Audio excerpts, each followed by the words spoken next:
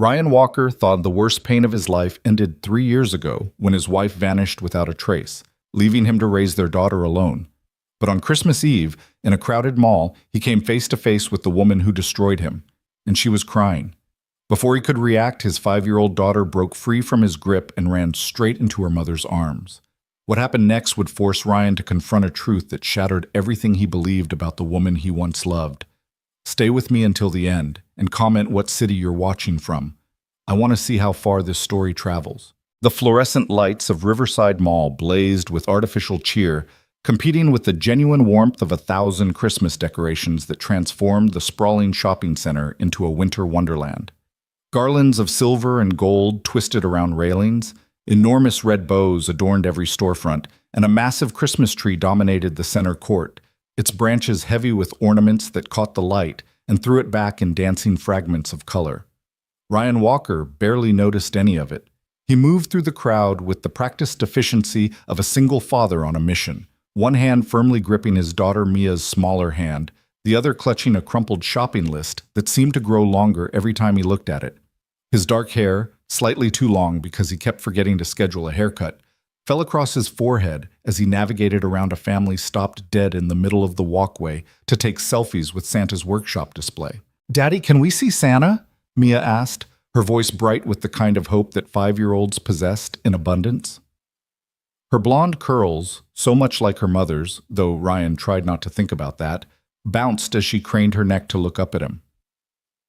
"Maybe after we finish shopping, Princess," Ryan said, his voice automatically softening the way it always did when he spoke to his daughter. "We still need to get presents for Grandpa and Aunt Sarah, remember?" Mia's lower lip jutted out in a pout that was more performative than genuine. She'd learned early that while her father rarely said yes immediately, he almost never said no permanently. It was a dance they'd perfected over 3 years, ever since it had become just the two of them against the world. 3 years.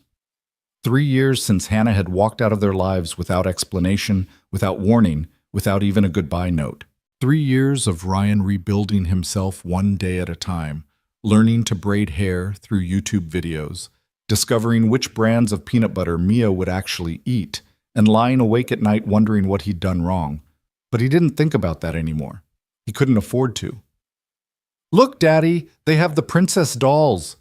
Mia tugged on his hand, pulling him toward a toy store with window displays that looked like they'd been designed by someone high on sugar and Christmas spirit. Ryan let himself be dragged along, a small smile playing at the corners of his mouth, despite the exhaustion that had become his constant companion. This was what mattered now.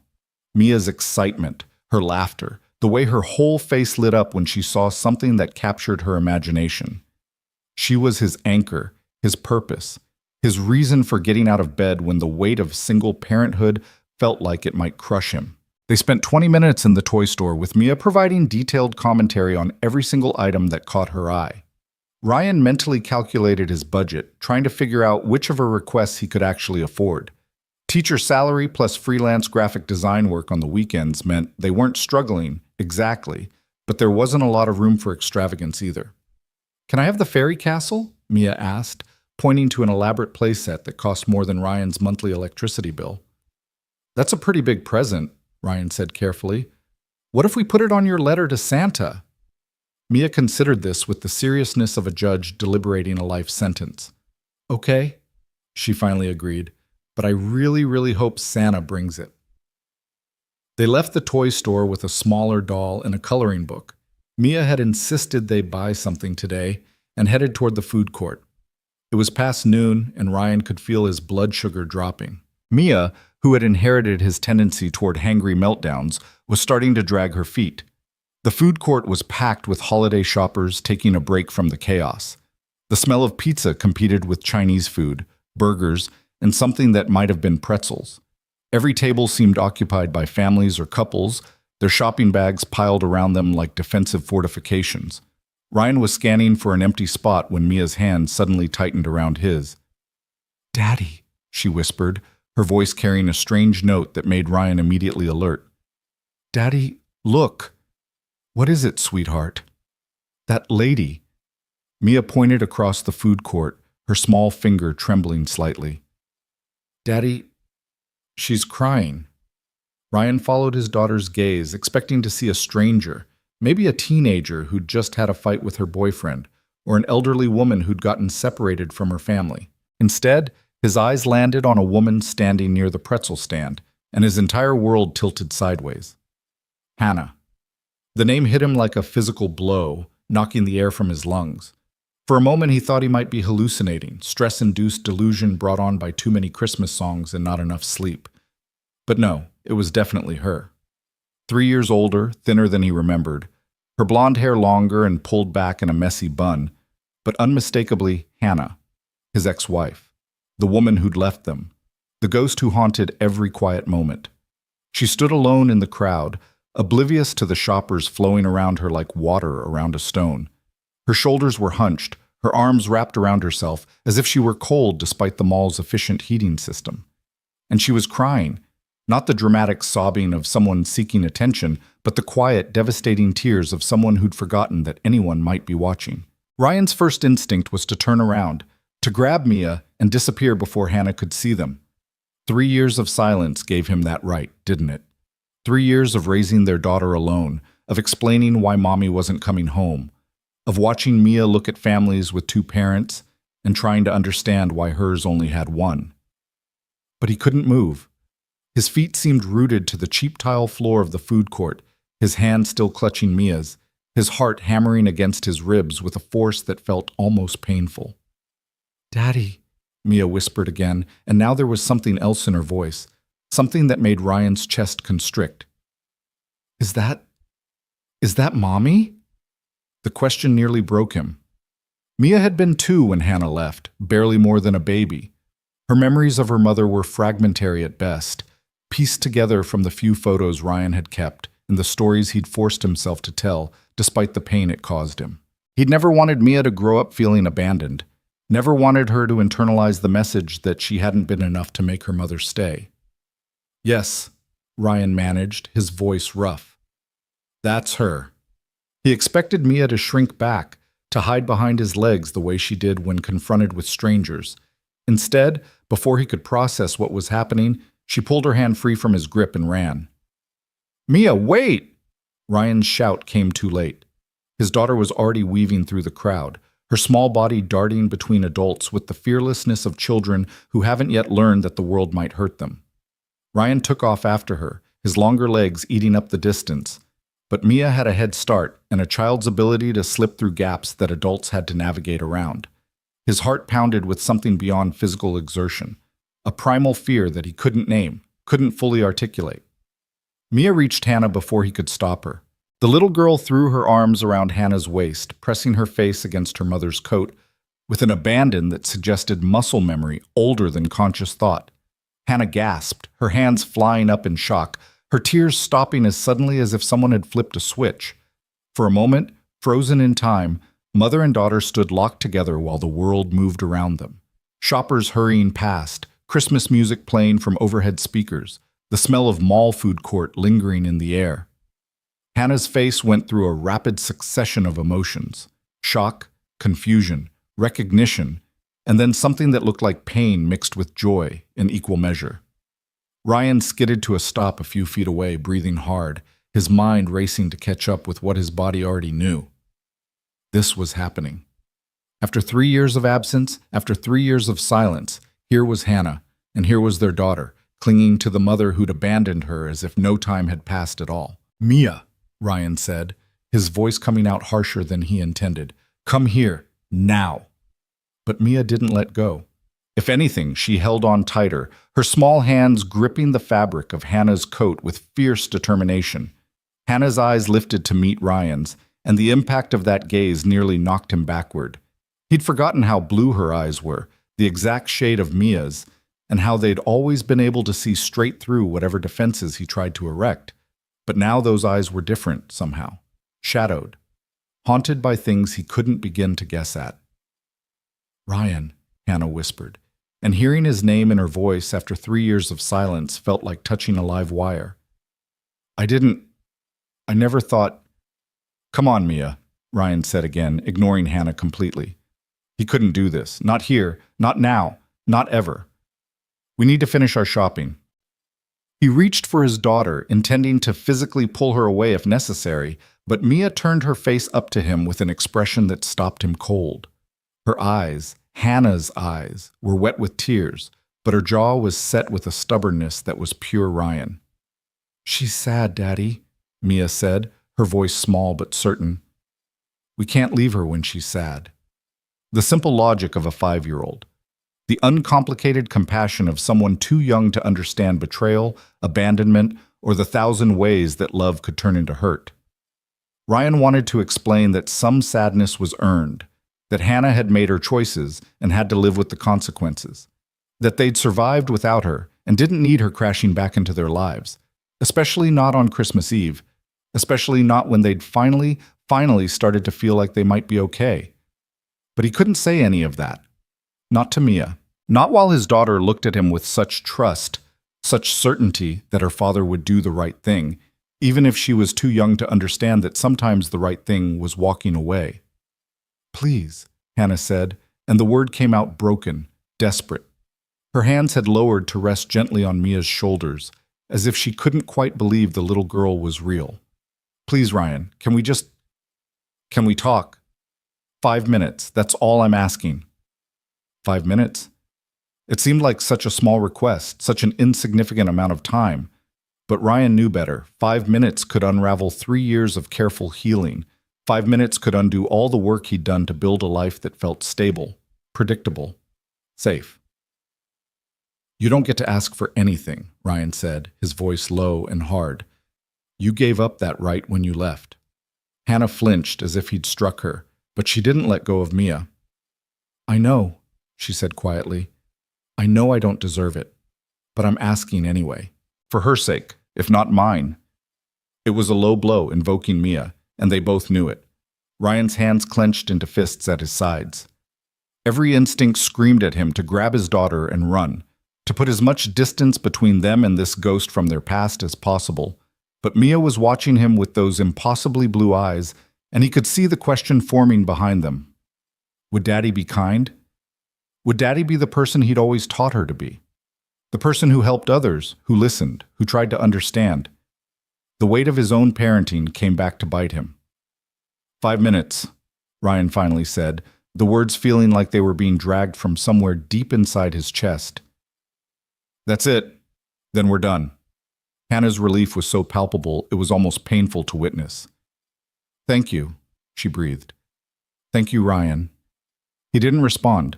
Instead, he looked around the crowded food court, searching for somewhere they could have this conversation without an audience of holiday shoppers. His eyes landed on a small cafe tucked into a corner, one of those chain coffee shops that seem to exist in every mall in America. "There," he said, pointing. "We'll talk there." The walk to the cafe felt surreal, like moving through a dream where everything was slightly off. Ryan kept one hand on Mia's shoulder, a possessive gesture that he wasn't proud of but couldn't seem to stop. Hannah walked beside them, maintaining a careful distance, as if she understood that any attempt to get closer would shatter the fragile agreement they'd reached. The cafe was quieter than the main food court, with a handful of tables occupied by people tapping on laptops or reading books.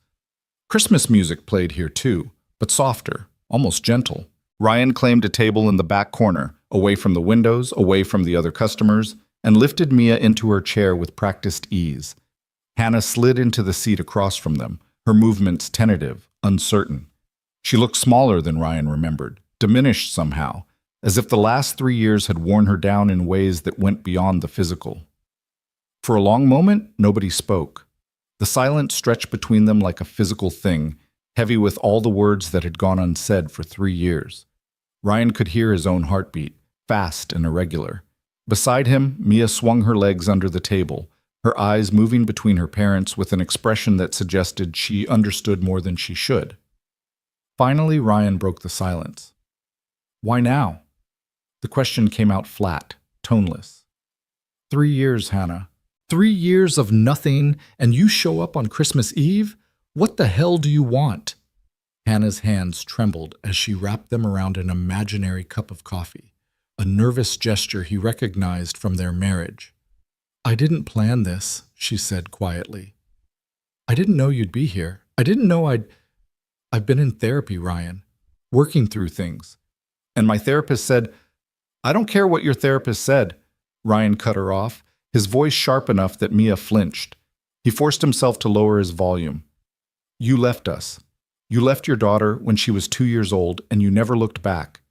Do you have any idea what that did to her? What that did to me? Yes, Hannah whispered, and now there were tears sliding down her cheeks again. Yes, I do. I think about it every single day. I think about how I failed you both. How I failed. Ryan's laugh was bitter, caustic. That's what you call it? Failure. You didn't fail a test, Hannah. You abandoned your family. I know. Hannah's voice broke on the words. I know what I did, and I know sorry isn't enough. It could never be enough. But I need you to understand. Understand what? Ryan demanded. What could you possibly say that would make this okay? Hannah opened her mouth, then closed it again.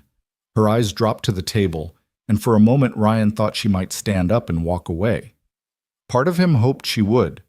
It would be easier that way, to go back to hating the memory of her rather than facing the reality of her presence.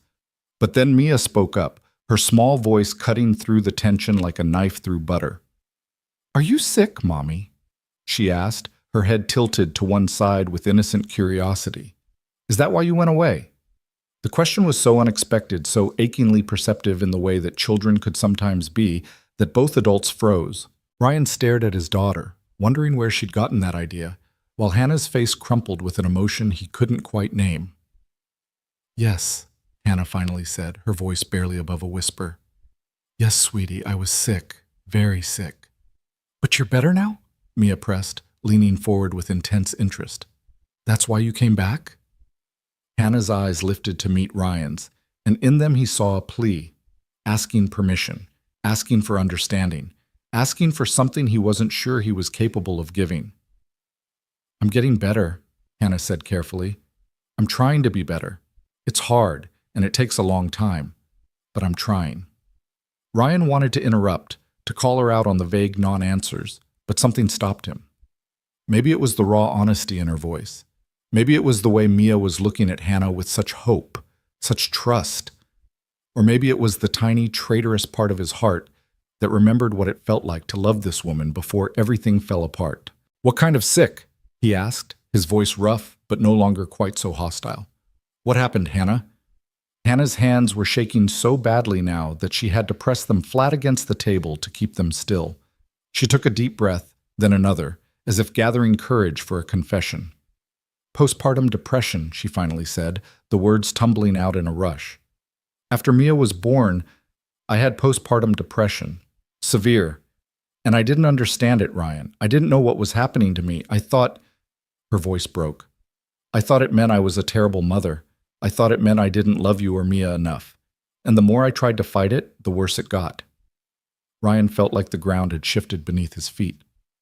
Postpartum depression. The words echoed in his mind, pulling up memories he'd buried. Hannah's tearful nights, her distant stares, the way she'd sometimes look at Mia with an expression that seemed more like terror than love. He'd noticed, of course he'd noticed, but he'd attributed it to exhaustion, to the normal stress of new parenthood. Why didn't you tell me? He asked, and now his voice was quieter, the anger seeping away to reveal the hurt beneath. Why didn't you let me help you? Because I was ashamed, Hannah said, tears streaming freely now. Because I looked at other mothers who seemed to handle everything so easily, and I couldn't understand why I was struggling so much. Because every time I looked at Mia, I felt like I was failing her, and I thought, she swallowed hard, I thought if I left, you'd find someone better, someone who could be the mother she deserved. The confession hung in the air between them, heavy with years of pain and misunderstanding. Ryan's mind was racing, trying to reconcile this new information with the narrative he'd constructed over the past 3 years. He'd told himself Hannah had left because she didn't care, because she'd found something or someone more important than her family.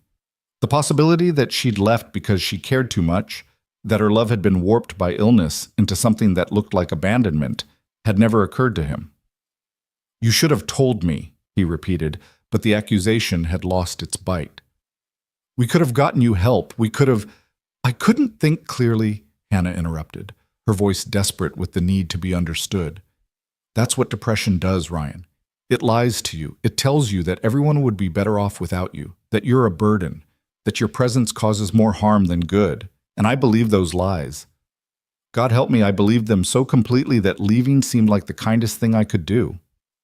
Mia had been quiet during this exchange, her eyes moving between her parents like she was watching a tennis match.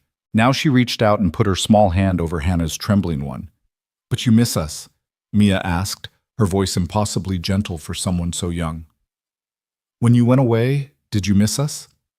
Hannah looked down at their joined hands, her own pale and shaking, Mia's small and steady, and let out a sound that was half sob, half laugh. "Every second," she said. "Every single second of every single day. I missed you so much I thought it might kill me. And maybe that's what I wanted at first. But then I got help, real help, and I started to understand that what I'd done wasn't love. It was illness. And by the time I realized that, so much time had passed that I didn't know how to come back. I didn't know if you'd want me to." Ryan sat back in his chair feeling like he'd been hollowed out and refilled with something he couldn't quite identify. Anger was still there, yes, but it was mixed now with grief, confusion, and something that might have been understanding, or at least the beginning of it. "You hurt us," he said quietly. "You hurt Mia. Do you know how many times she's asked me why her mommy doesn't love her? How many times I've had to lie and say it wasn't her fault?" "It wasn't her fault," Hannah said fiercely, leaning forward with sudden intensity. "Ryan, please, you have to make sure she knows that. None of this was her fault. She is perfect, absolutely perfect. And the fact that I couldn't see that when I was sick doesn't change how true it is." "Did you stop loving us, Mommy?" Mia asked, her voice small but direct. It was the question she'd apparently been building up to, the one that mattered more than all the others. Hannah's face crumpled. She reached across the table with both hands, not quite touching Mia but coming close, as if afraid that contact might break the spell. "Never," she said, her voice thick with tears. "Not for 1 second. Not even when I was at my sickest, when I couldn't think straight, when everything felt dark and terrible. Even then, I loved you. I loved you so much it scared me." "Then it's okay," Mia said with the simple certainty of a child who hasn't yet learned that love doesn't fix everything. "You're here now." Ryan closed his eyes, overwhelmed by the conversation, by the revelations, by the weight of 3 years' worth of pain trying to be compressed into 5 minutes. He could feel his carefully constructed defenses cracking, the walls he'd built to protect himself and Mia starting to crumble. This wasn't supposed to happen. Hannah was supposed to be the villain in their story, the woman who'd chosen herself over her family, who'd proven that love wasn't enough, who'd left them to pick up the pieces alone. The narrative was clean that way, simple. It made sense. But this, mental illness, depression, a mother who'd left because she'd believed it was the right thing to do, this was messier, more complicated, harder to categorize as simply good or bad. "My mom is sick too," Hannah said suddenly, pulling Ryan from his thoughts. "My mother. She has cancer, stage 4. The doctors say—" She trailed off, unable to finish the sentence. "I came home to take care of her. That's why I'm back in town. I've been here for 2 weeks trying to work up the courage to maybe see you guys. But I didn't know how. I didn't know if you'd even want to see me. And then today, I was feeling overwhelmed, and I came to the mall because it seemed less lonely than my mother's empty house, and then Mia found you," Ryan finished quietly. "And then Mia found me," Hannah agreed, a ghost of a smile touching her lips as she looked at their daughter. "Just like she always did when I couldn't find myself." The reference to the past, to when they'd been a family, when Hannah would hide during bad days and tiny Mia would seek her out with the instinct of someone following a homing signal, hit Ryan harder than he expected. He remembered those moments, though he'd tried to forget them. Hannah curled up in the bedroom with the lights off, Mia toddling in with her favorite stuffed animal to keep Mommy company. He'd thought it was sweet at the time. Now he understood it had been a symptom of something much darker. "I'm sorry about your mom," Ryan said, because whatever else had happened between them, He'd always liked Hannah's mother. Eleanor had been kind to him, had welcomed him into the family, had cried happy tears at their wedding. The news that she was dying felt like another loss piled onto the ones they were already trying to process. "Thank you," Hannah said quietly. "She asks about you sometimes. About Mia. I show her the pictures from your Facebook page. I hope that's not creepy. I needed to see that you were okay, that Mia was growing up happy and healthy." Ryan hadn't known Hannah was following his social media. He'd never blocked her. It had seemed pointless when she'd disappeared so completely, but he'd never thought about her actually looking, actually keeping track of them from a distance. "How long are you staying?" The question came out before Ryan could stop it, and he immediately regretted asking. It sounded too much like interest, like caring, like he was considering something he absolutely should not be considering. "I don't know," Hannah admitted. "As long as Mom needs me. Weeks, maybe months. We're taking it day by day." "I'm sorry," Mia said suddenly, her voice sad. "I'm sorry your mommy is sick too." Hannah's composure finally shattered completely. She put her face in her hands and sobbed. Not the quiet tears from before, but the kind of crying that came from somewhere deep and broken inside. Mia looked alarmed, her eyes flying to Ryan for guidance. Against his better judgment, against every self-protective instinct he possessed, Ryan reached across the table and put his hand over Hannah's wrist. Just that. A simple touch, brief and careful. But it was enough to make her lift her head, her eyes red and swollen, her face blotchy with tears. "Thank you," she whispered, not pulling away from his touch. "Thank you for talking to me, for letting me explain. I know it doesn't change anything, but it changes some things," Ryan interrupted quietly. He pulled his hand back, already regretting the gesture, but unable to fully regret it at the same time. "It doesn't fix everything. It doesn't erase 3 years. But it changes some things."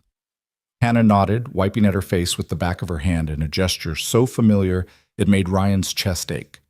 They sat in silence for a moment, the weight of the conversation settling around them like snow. Finally, Ryan glanced at his watch. More than 5 minutes had passed, significantly more. The mall would be closing in a few hours, and he still had shopping to finish. Life was calling him back, pulling him away from this suspended moment. "We should go," he said, not unkindly. "Mia needs lunch, and we still have things to do." He expected Hannah to nod, to accept the dismissal, to disappear back into whatever life she'd been living without them. Instead, Mia's hand shot up, gripping his sleeve with surprising strength. "Daddy?" she said, her voice taking on that particular tone that meant she was about to ask for something big. "Can Mommy come have Christmas with us?" The question landed like a bomb in the middle of their carefully polite conversation.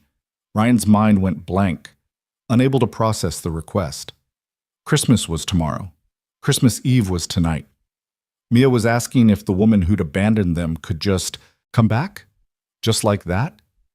"Mia, I don't think—" Ryan started. "Please?" Mia interrupted, her eyes wide and pleading. "She's sad and alone, and it's Christmas. You always say Christmas is for family." The words hit like an arrow straight to Ryan's heart. He'd been the one to tell Mia that. He'd been the one to teach her that Christmas was about forgiveness, about bringing people together, about love that overcame obstacles. And now his own daughter was throwing his teachings back at him, asking him to practice what he'd preached. He looked at Hannah, who had gone very still, barely breathing, as if afraid that any movement might shatter this impossible moment. "Mia, it's complicated," Ryan tried again, struggling to find words that would be honest but not crushing. "Mommy has her own plans, and we have ours, and—" "I don't," Hannah said quietly. "I don't have plans. It's just going to be me and Mom, and she'll probably sleep through most of the day because of the medication." The admission made everything worse. Ryan could picture it, Hannah alone in her dying mother's house, watching the clock tick down on Christmas Day, thinking about the daughter she couldn't see and the family she'd lost.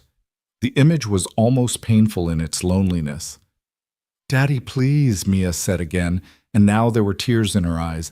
"Just for dinner, just so Mommy isn't sad on Christmas." Ryan felt trapped between his daughter's compassion and his own need for self-preservation. Letting Hannah back into their lives, even for one dinner, felt dangerous. It felt like opening a door he'd nailed shut, like inviting chaos back into the calm they'd worked so hard to achieve. But he looked at Mia's face, so hopeful, so certain that her father would do the right thing, and he felt his resolve crumbling. "I need to think about it," he finally said, the compromise feeling weak even as he spoke it.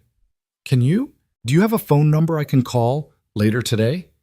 Hannah nodded quickly, pulling out her phone with trembling hands. They exchanged numbers in silence, the simple act feeling loaded with significance.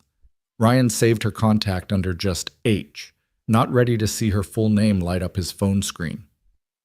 "I understand if you say no," Hannah said as she stood up, her movements tentative. "I understand that I don't have the right to ask for anything, but thank you for considering it, and thank you for letting me explain." She looked down at Mia, her expression so full of love and loss that Ryan had to look away. "Goodbye, sweetheart. Thank you for the hug. It meant more to me than you'll ever know." "Not goodbye," Mia said firmly. "See you later." It was a statement, not a question, the absolute certainty of a child who believed that wanting something badly enough could make it true. Hannah's smile was watery but genuine.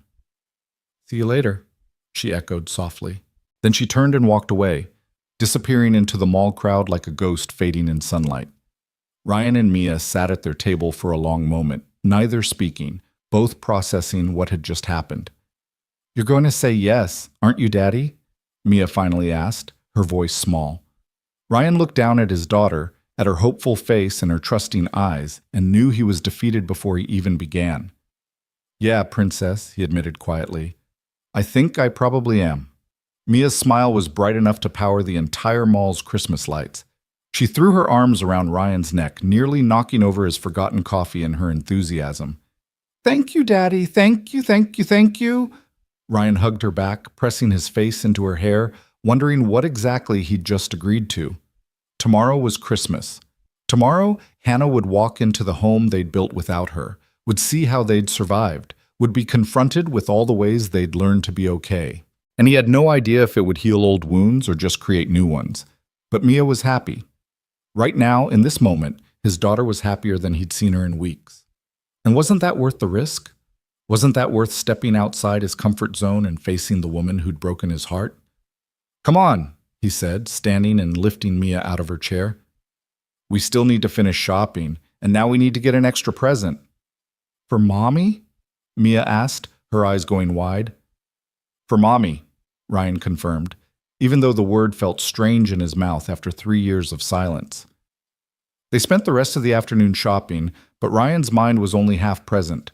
The other half kept circling back to Hannah, to the tears in her eyes, to her confession about postpartum depression, to the way she'd looked at Mia like someone seen sunshine after years of darkness. He thought about his father's words, the ones that had been echoing in his head since Mia first asked her question. "Christmas is for forgiveness, son." Maybe it was. Maybe tomorrow would be the first step towards something new, not reconciliation exactly, but understanding. Maybe they could find a way to coexist peacefully, to give Mia the gift of knowing both her parents without the shadow of abandonment hanging over everything. Or maybe it would be a disaster. Either way, Ryan realized as he watched Mia chatter excitedly about Christmas dinner, it was too late to back out now. He'd made a promise to his daughter, and he'd die before breaking it. As they left the mall, Ryan pulled out his phone and typed a brief message to the contact labeled H. "Dinner tomorrow at 6. Address is the same." The response came almost immediately. "I'll be there."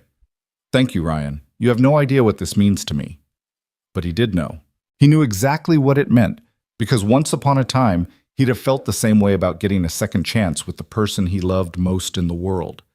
The question was whether that person still existed under 3 years of hurt and absence, or if they'd both changed too much to find their way back to anything resembling what they'd once had. Tomorrow, he'd find out. Ryan buckled Mia into her car seat, listening to her excited chatter about Christmas and presents and Mommy coming to dinner. In the front seat, he gripped the steering wheel and took a deep breath. "Okay," he whispered to himself. "Okay. We can do this." Behind them, the mall's Christmas lights blazed against the darkening sky, marking the end of Christmas Eve and the beginning of something Ryan couldn't yet name, something that felt both terrifying and inevitable, like standing at the edge of a cliff and knowing you're about to jump. The drive home from the mall felt longer than usual, though the route was exactly the same as always. Ryan's hands gripped the steering wheel with unnecessary force, his knuckles white against the black leather. Behind him, Mia sang along to the Christmas carols playing on the radio, her voice sweet and slightly off-key, blissfully unaware of the storm churning in her father's mind. What had he done? What had he just agreed to? The question circled through Ryan's thoughts like a vulture waiting for something to die. Maybe his sanity, maybe his carefully constructed peace, maybe the protective walls he'd spent 3 years building around his heart. Inviting Hannah to Christmas dinner seemed like the kind of impulsive decision that would make perfect sense in a holiday movie and absolutely no sense in real life. He pulled into the driveway of their modest 2-story house, the one he'd bought 6 months after Hannah left, because living in their old apartment had felt like drowning in memories. The Christmas lights he and Mia had hung last weekend blinked cheerfully from the roofline, and a wreath made from Mia's handprints decorated the front door. It was home. Their home, built from the ashes of what used to be. And tomorrow, he was inviting the person who'd burned it all down to come inside. "Can we make cookies tonight, Daddy?" Mia asked as he unbuckled her from the car seat. "For Santa and for Mommy?" Ryan managed a smile that felt only slightly forced. "Sure, Princess. We can make cookies." Inside, the house smelled like the pine-scented candles Ryan had been burning all week, trying to create the perfect Christmas atmosphere. The tree stood in this corner of the living room, decorated with an eclectic mix of ornaments collected over years. Some from Ryan's childhood, some from the brief years of their marriage, and many newer ones marking milestones that only he and Mia had shared.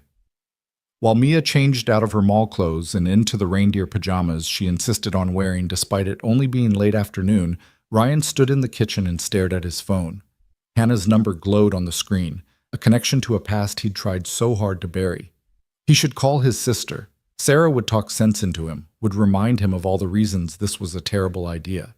She'd been there through the worst of it, had flown in and stayed for 2 weeks after Hannah left, had helped him figure out daycare and cooking and how to French braid hair well enough that Mia wouldn't get teased at preschool. Sarah had every right to be furious that he was even considering this. But he didn't call her. Instead, he opened the refrigerator and began pulling out ingredients for dinner, letting the familiar routine calm his racing thoughts. Mia bounded into the kitchen 20 minutes later, her energy seemingly limitless. "What are we making for Christmas dinner tomorrow?" she asked, climbing onto one of the bar stools at the counter. "Something special, right? Because Mommy's coming?" Ryan set down the chicken he'd been about to season.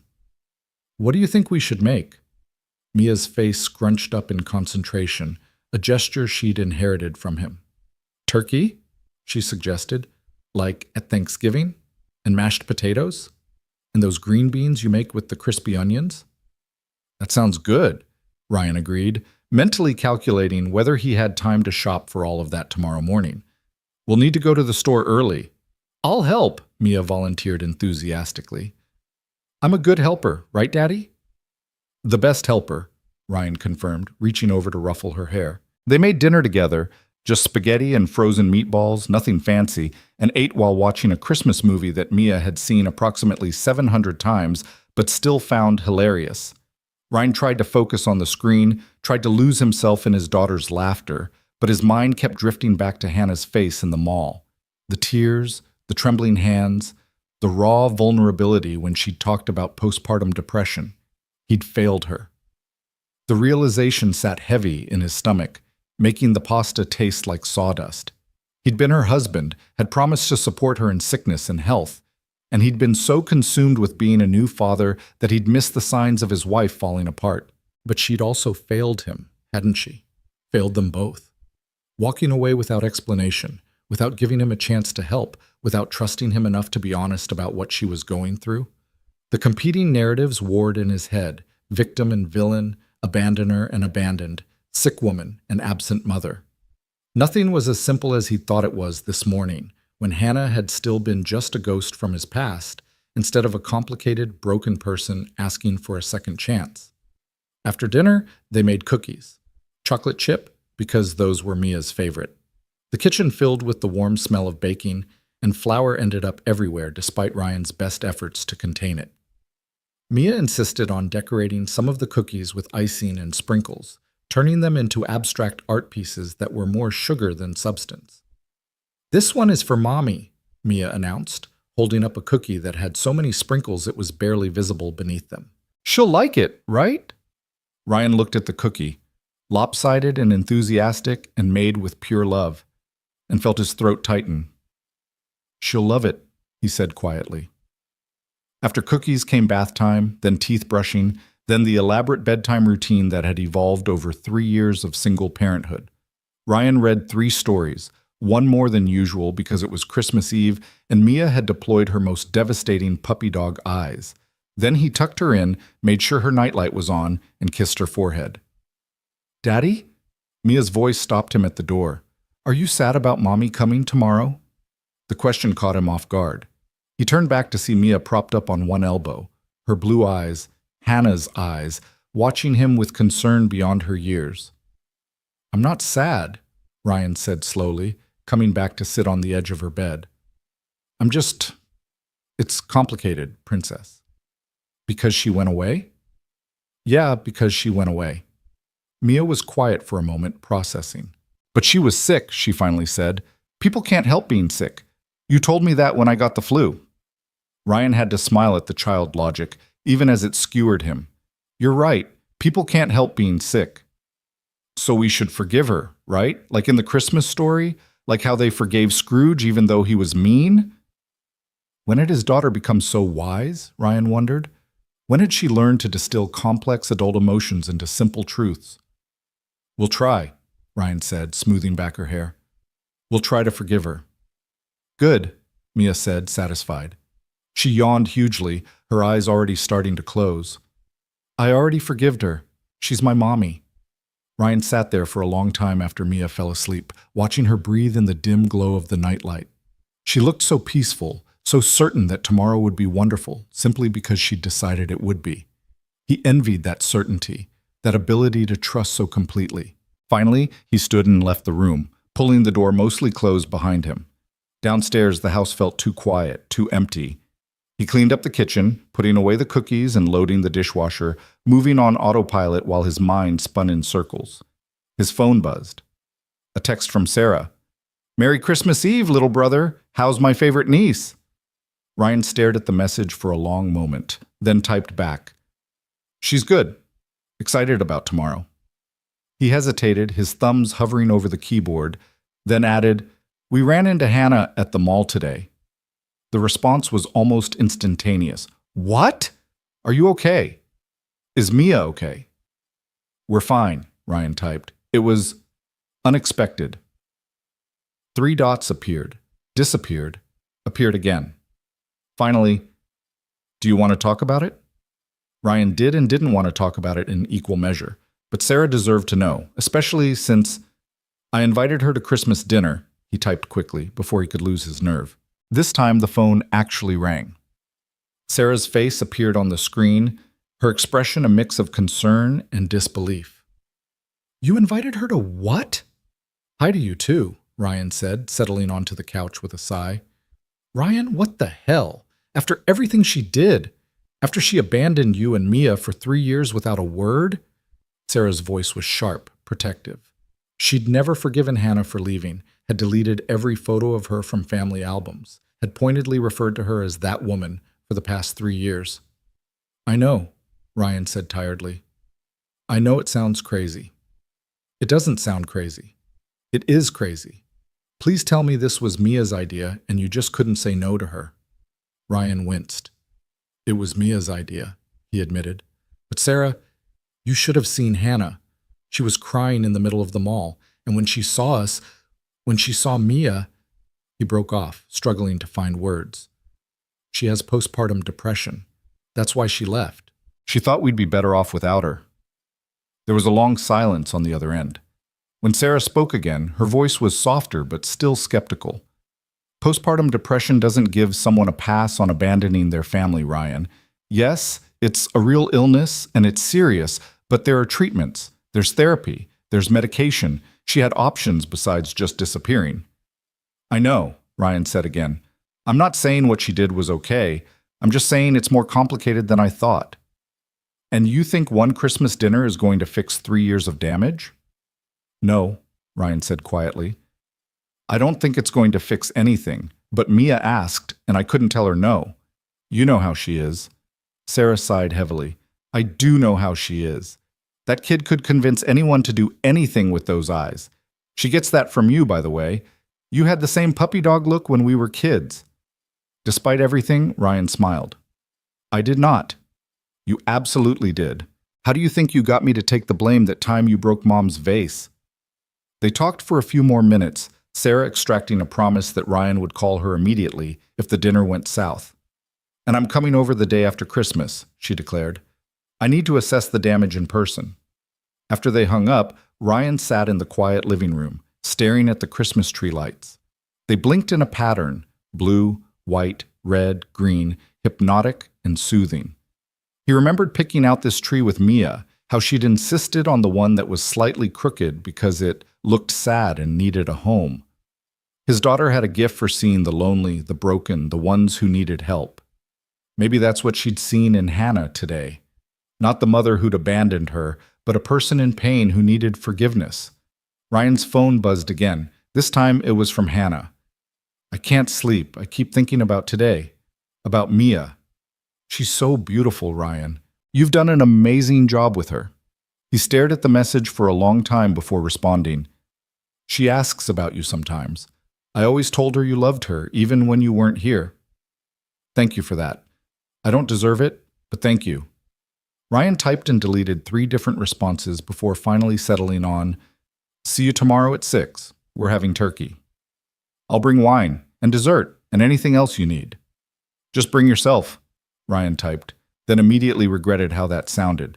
Too intimate, too much like an invitation to be part of their lives again, rather than just a guest at one dinner. But the message was sent, and he couldn't take it back. He forced himself to go to bed, though sleep felt impossible. His mind kept replaying the day, Hannah's tears, Mia's hug, the revelation about postpartum depression, the weight of his daughter's hand in his as she asked if Mommy could come for Christmas. When he finally did drift off, his dreams were fragmented and strange. Hannah, walking through their old apartment, Mia as a toddler reaching for a mother who kept disappearing like smoke, the mall decorated with lights that blazed too bright and hurt to look at. He woke at 6 in the morning, earlier than necessary, his heart pounding from dreams he couldn't quite remember. Mia was still asleep, her room quiet when he checked on her. The house felt suspended in that pre-dawn stillness, waiting for the day to truly begin.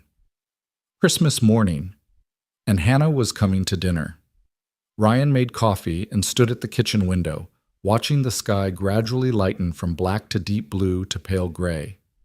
Snow had fallen overnight. Not much, just enough to dust the lawn and trees with white, making everything look clean and new. A fresh start, he thought, then immediately felt ridiculous for assigning metaphorical meaning to weather patterns. By 7, Mia was awake and bouncing off the walls with Christmas excitement. They opened presents in the living room, nothing extravagant, but enough to make Mia squeal with delight. The fairy castle from the toy store was there, purchased late last night during an emergency run after Mia fell asleep. Her joy made the credit card hit worth it. Santa really brought it, she exclaimed, already pulling pieces out of the box. Daddy, can we build it before Mommy comes? I want to show her. We'll start it after breakfast, Ryan promised. But we need to go shopping first, remember, for dinner? The grocery store was predictably chaotic on Christmas morning, full of last-minute shoppers who'd forgotten cranberry sauce or realized they needed more butter. Ryan navigated the crowds with practiced efficiency, Mia riding in the cart and providing running commentary on everything they passed. They bought a turkey, already defrosted and ready to cook, potatoes, green beans, cranberry sauce, both canned and fresh cranberries because Ryan wasn't sure which one Hannah preferred, ingredients for stuffing, gravy mix because Ryan had attempted homemade gravy once and it had been a disaster, rolls, and at Mia's insistence, ingredients for hot chocolate. Because Mommy used to make it for me when I was little. Ryan didn't remember Hannah making hot chocolate. Mia had been so young when Hannah left, but he didn't correct her. Maybe it was a real memory. Maybe it was something Mia had constructed from wishes and fragments. Either way, they bought cocoa and marshmallows. Back home, the turkey went in the oven, filling the house with the smell of roasting meat and herbs. Ryan moved through the kitchen like a machine, prepping side dishes, setting the table with the nice plates they almost never used, trying not to think too hard about what was coming. Mia worked on her fairy castle at the coffee table, occasionally calling out questions or showing Ryan her progress. The normalcy of it helped. This was just another day, just another Christmas, just dinner with a guest who happened to be Mia's mother. Except it wasn't, and pretending otherwise was exhausting. By 4 o'clock, Ryan found himself changing clothes for the third time. Nothing felt right. The button-down was too formal, like he was trying too hard. The t-shirt was too casual, like he didn't care. He finally settled on a dark green Henley and jeans, presentable but not overdressed. "You look nice, Daddy," Mia said when he came downstairs. She'd insisted on wearing her Christmas dress, red velvet with white trim, her hair in 2 neat braids that Ryan was privately very proud of. "You look beautiful, Princess," he said, meaning it completely. 5:30 came and went. Ryan found himself watching the clock, his stomach twisted in knots. The turkey was resting, the potatoes were keeping warm, everything was ready. All they needed was... The doorbell rang at precisely 6 o'clock. For a moment, Ryan couldn't move. He stood frozen in the kitchen, listening to Mia's excited footsteps running toward the front door. This was it. No more hypotheticals, no more wondering. Hannah was here, standing on their porch, about to enter the life they'd built without her. "Daddy, Mommy's here!" Mia's voice carried through the house, high and excited. Ryan forced his feet to move, walking toward the entryway on legs that felt made of wood. Mia had already opened the door, and there was Hannah, snow-dusting her dark coat, her hair pulled back in a neat ponytail. Her face carefully made up in a way that suggested she'd spent as much time getting ready as Ryan had. She held a wine bottle in one hand and a bakery box in the other, and when her eyes met Ryan's over Mia's head, he saw his own nervousness reflected back at him. "Hi," Hannah said softly. "Thank you for having me." "Hi," Ryan managed. "Come in. It's freezing out there." Hannah stepped inside, and suddenly the house felt smaller, more crowded. She looked around, taking in the changes, the different furniture, the photos on the walls that marked years she'd missed, the life that had continued without her. "Your home is beautiful," she said, her voice catching slightly on the word your instead of our. Mia grabbed Hannah's hand, pulling her toward the living room. "Come see my fairy castle. Santa brought it and Daddy helped me build it." Ryan took Hannah's coat and the wine, hanging one in the closet and carrying the other to the kitchen. His hands were shaking slightly, and he gripped the bottle harder to still them. He could hear Mia chattering in the living room, her voice bright with excitement, and Hannah's softer responses. When he returned to the living room, Hannah was crouched beside the fairy castle, listening intently as Mia explained the function of each turret and tower. She looked up when Ryan entered, and something in her expression made his breath catch, a mixture of grief and gratitude that was almost painful to witness. "It's an impressive castle," Hannah said, straightening up. "You did a great job building it." "Daddy helped," Mia said generously, "but I did most of it." "I can tell," Hannah said with a small smile. "You always were good at building things." The comment suggested memories Ryan didn't share, a past with Mia that he couldn't verify.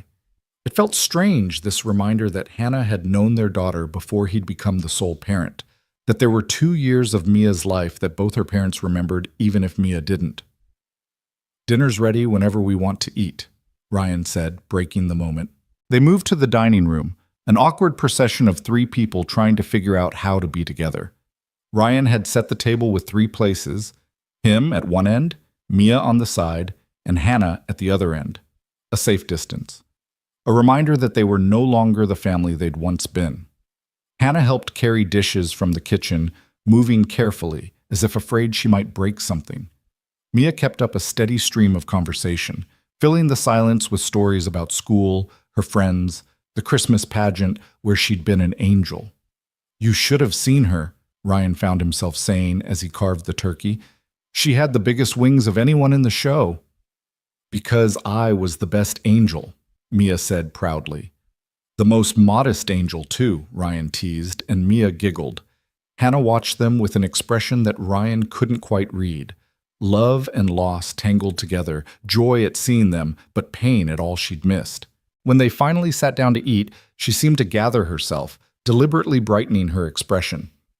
"This looks amazing, Ryan," she said, looking at the spread of food. "You've become quite the cook." "YouTube tutorials and a lot of trial and error," Ryan said, passing her the potatoes. "Though Mia would tell you we had pizza for dinner more nights than we should have." "Only sometimes," Mia said loyally, "and Daddy's spaghetti is really good." They ate, and slowly, gradually, some of the tension began to ease. Conversation flowed more naturally, helped along by Mia's constant questions and observations. Hannah asked about Ryan's teaching job, careful to avoid anything too personal. Ryan asked about Hannah's mother, and Hannah's expression shuddered briefly before she answered. "She's comfortable," Hannah said quietly. "The hospice nurses are wonderful. She was sleeping when I left, but I told her where I was going. She was glad." "I'm sorry you're going through that," Ryan said, and meant it despite everything else. "Thank you," Hannah whispered. After dinner, Mia insisted they have hot chocolate, even though everyone was full from the meal. Hannah's face lit up when Mia made the request, and she joined Ryan in the kitchen to help prepare it. They worked in careful choreography, maintaining distance, avoiding accidental touches. But once, when Hannah reached for the milk at the same moment Ryan did, their hands brushed. The contact was brief, barely a second, but Ryan felt it like an electric shock. "Sorry," Hannah murmured, pulling back. "It's fine," Ryan said, his voice rougher than intended. They brought the hot chocolate to the living room, where Mia had curled up on the couch looking sleepy despite her excitement. The fairy castle stood on the coffee table, its small lights twinkling in the dimness. Ryan had turned on only the Christmas tree lights, creating a soft, warm atmosphere. "This is nice," Hannah said softly, settling into the armchair, notably not on the couch where Ryan and Mia sat. "Thank you again for letting me be here." "Mommy?" Mia's voice was getting drowsy, her head leaning against Ryan's shoulder. "Can you tell me a story, like you used to?" Hannah's eyes filled with tears. "You remember that?" "Kind of," Mia said. "I remember your voice. It was nice." "I'd love to tell you a story," Hannah said, her voice thick with emotion. And so Hannah began to speak, her voice soft and melodic, telling a story about a brave princess and a dragon who just wanted to be friends. Ryan listened, and memories flooded back, nights when Hannah would read to baby Mia, her voice carrying through the apartment, the three of them crowded together in the nursery rocking chair. How had they lost this? How had something that felt so solid, so permanent, crumbled into nothing? Mia's eyes drifted closed as Hannah spoke, her breathing evening out into sleep. The story wound down, and silence filled the room. Ryan carefully shifted, preparing to carry Mia up to bed. "Let me," Hannah whispered. "Please. I know I don't have the right, but—" Ryan hesitated, every protective instinct screaming at him to say no. But something in Hannah's face, the desperate hope, the aching need to have this one small moment, made him nod. Hannah lifted Mia with the practiced ease of muscle memory, cradling their daughter against her chest. Mia stirred slightly but didn't wake, her arms automatically circling Hannah's neck. Ryan watched them walk up the stairs together, his heart in his throat. He followed at a distance, standing in Mia's doorway as Hannah gently laid her in bed and pulled up the covers. She stood there for a long moment, just looking at their sleeping daughter, tears streaming silently down her face. "She's perfect," Hannah whispered. "Ryan, she's absolutely perfect. You've done such a good job." "We got lucky," Ryan said quietly. "She's always been amazing." Hannah reached out and gently touched Mia's cheek, the gesture so tender it hurt to watch. Then she straightened and walked toward the door, where Ryan stepped back to let her pass. Downstairs they stood awkwardly in the living room, the evening winding down but neither quite ready for it to end. "I should go," Hannah finally said. "I don't want to overstay." "Do you want coffee?" Ryan heard himself ask. "Or we could finish the wine." Hannah looked surprised. "Are you sure?" "No, yes, maybe." "Yeah," Ryan said. "We should talk. Actually talk." They settled at opposite ends of the couch, still maintaining distance, with fresh glasses of wine. The Christmas tree lights cast everything in a soft glow, making the moment feel almost dreamlike. "She's wonderful, Ryan," Hannah said again. "The way she laughs, the way she looks at you with such trust. You've given her an incredible life." "I did what I had to do," Ryan said, and couldn't keep a slight edge from his voice. "Someone had to." Hannah flinched. "I deserve that." "I'm sorry," Ryan said immediately, rubbing his face. "That wasn't fair." "It was completely fair," Hannah countered. "Ryan, I don't expect you to forgive me. I don't even expect you to understand. But I need you to know that leaving was the hardest thing I've ever done. And every day since has been about trying to become someone worthy of coming back." "Then why didn't you?" The question burst out of Ryan before he could stop it. "Why didn't you come back sooner? If you were getting help, if you were getting better, why wait 3 years? Hannah was quiet for a long moment, staring into her wine. "Fear," she finally admitted. "Pure, paralyzing fear that you'd tell me no, that Mia wouldn't remember me, that I'd lost my chance and there was no way back. Every time I thought about reaching out, I convinced myself it was too late, that I'd done too much damage, that you'd both moved on. We did move on," Ryan said quietly. "We had to. But that doesn't mean—" He stopped, unsure how to finish the sentence. "Doesn't mean what?" Hannah prompted gently. "I don't know," Ryan admitted. "I don't know what it means. All I know is that Mia was so happy tonight, and I haven't seen her that happy in a long time. And that has to mean something, right?" "It means she has a good heart," Hannah said, "like her father." The compliment made Ryan uncomfortable. He didn't want to be seen as good, as forgiving. He wanted to hold on to his anger because anger was safe. Anger kept him protected. But sitting here, watching Hannah struggle with her own emotions, seeing the genuine remorse in every line of her face, it was harder to maintain that anger than he'd expected. "I'm not ready to forgive you," Ryan said, needing to make that clear. "I don't know if I ever will be. What you did, leaving without explanation, without even trying to get help first, it nearly destroyed me. There were days I didn't think I could do it, days when Mia would cry for you and I had no idea how to explain where you'd gone or why you'd left." "I know," Hannah whispered. "God, Ryan, I know. And I would take it all back if I could. I would do everything differently." "But you can't," Ryan said simply. "We can't go back. We can only figure out what happens now." "What do you want to happen?" Hannah asked, her voice tentative. Ryan thought about it, really thought about it. "I want Mia to have a relationship with her mother," he finally said. "I want her to know that you love her, that you didn't leave because of anything she did. Beyond that?" He shook his head. "I don't know. I can't think that far ahead." "That's fair," Hannah said. "That's more than fair. Whatever you're willing to give, I'll take. Just thank you for tonight, for giving me this chance." They talked for another hour, carefully navigating around the biggest wounds while slowly excavating the smaller truths. Hannah told him about therapy, about the medication that finally helped clear the fog that had consumed her after Mia's birth. Ryan told her about learning to be a single parent, about the small victories and the hard days. It wasn't comfortable exactly, but it felt necessary, like lancing a wound that had been festering for too long. When Hannah finally left, standing on the porch as snow began to fall again, she turned back one more time.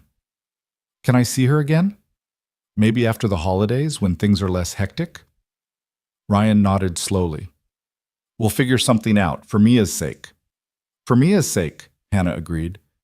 But as Ryan watched her drive away, taillights disappearing into the snowy night, he wondered if they were both lying, if this was really just about their daughter, or if something else was stirring beneath the surface, something that felt dangerous and hopeful in equal measure. Ryan stood at the front window long after Hannah's car disappeared, watching snowflakes drift through the glow of the streetlights.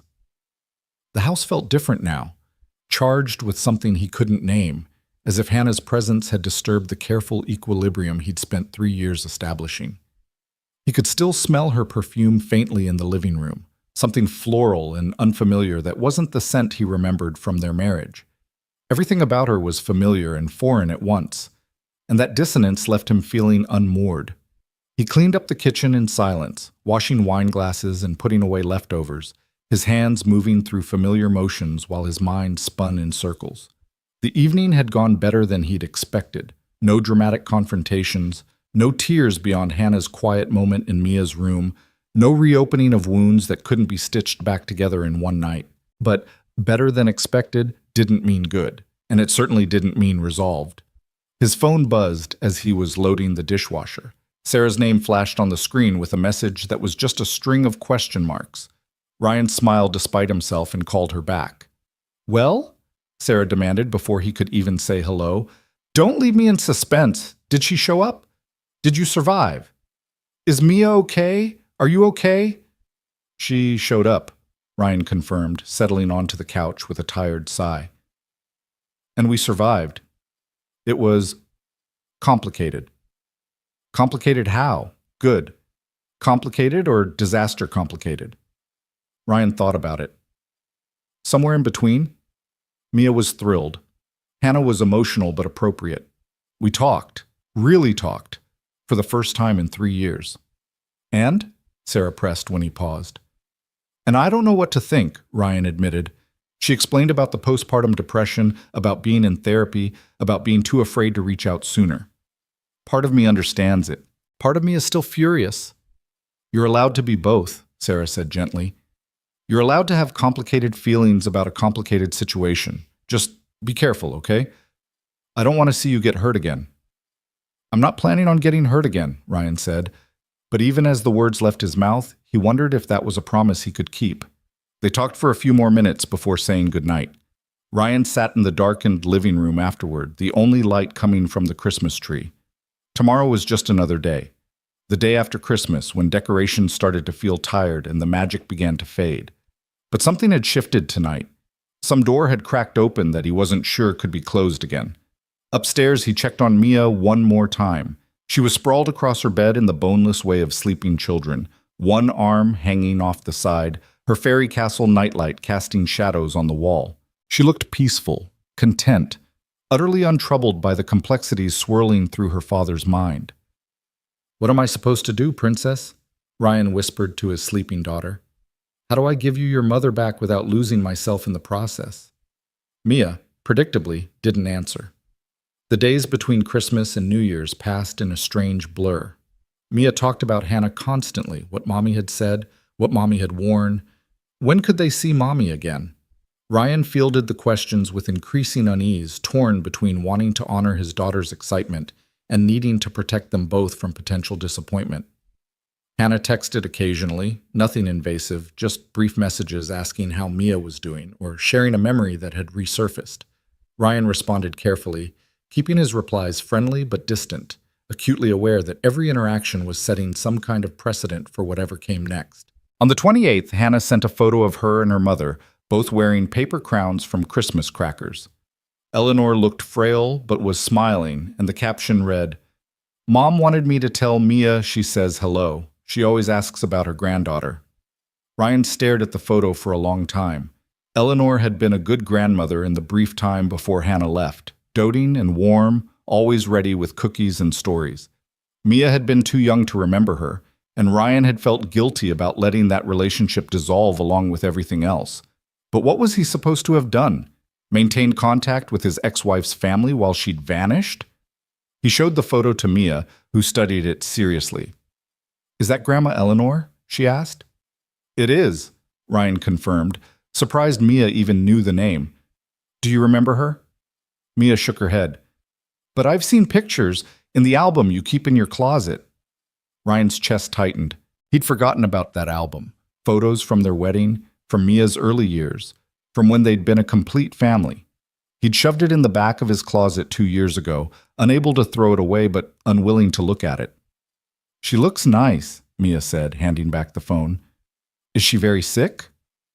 "Yes, sweetheart, very sick." Mia processed this with the gravity of a child who'd learned about death, but hadn't yet experienced it personally. "That's sad," she finally said. "Mommy must be really sad, too." The simple empathy in her voice made Ryan's decision for him. He typed back, "Mia says hello to Grandma Eleanor.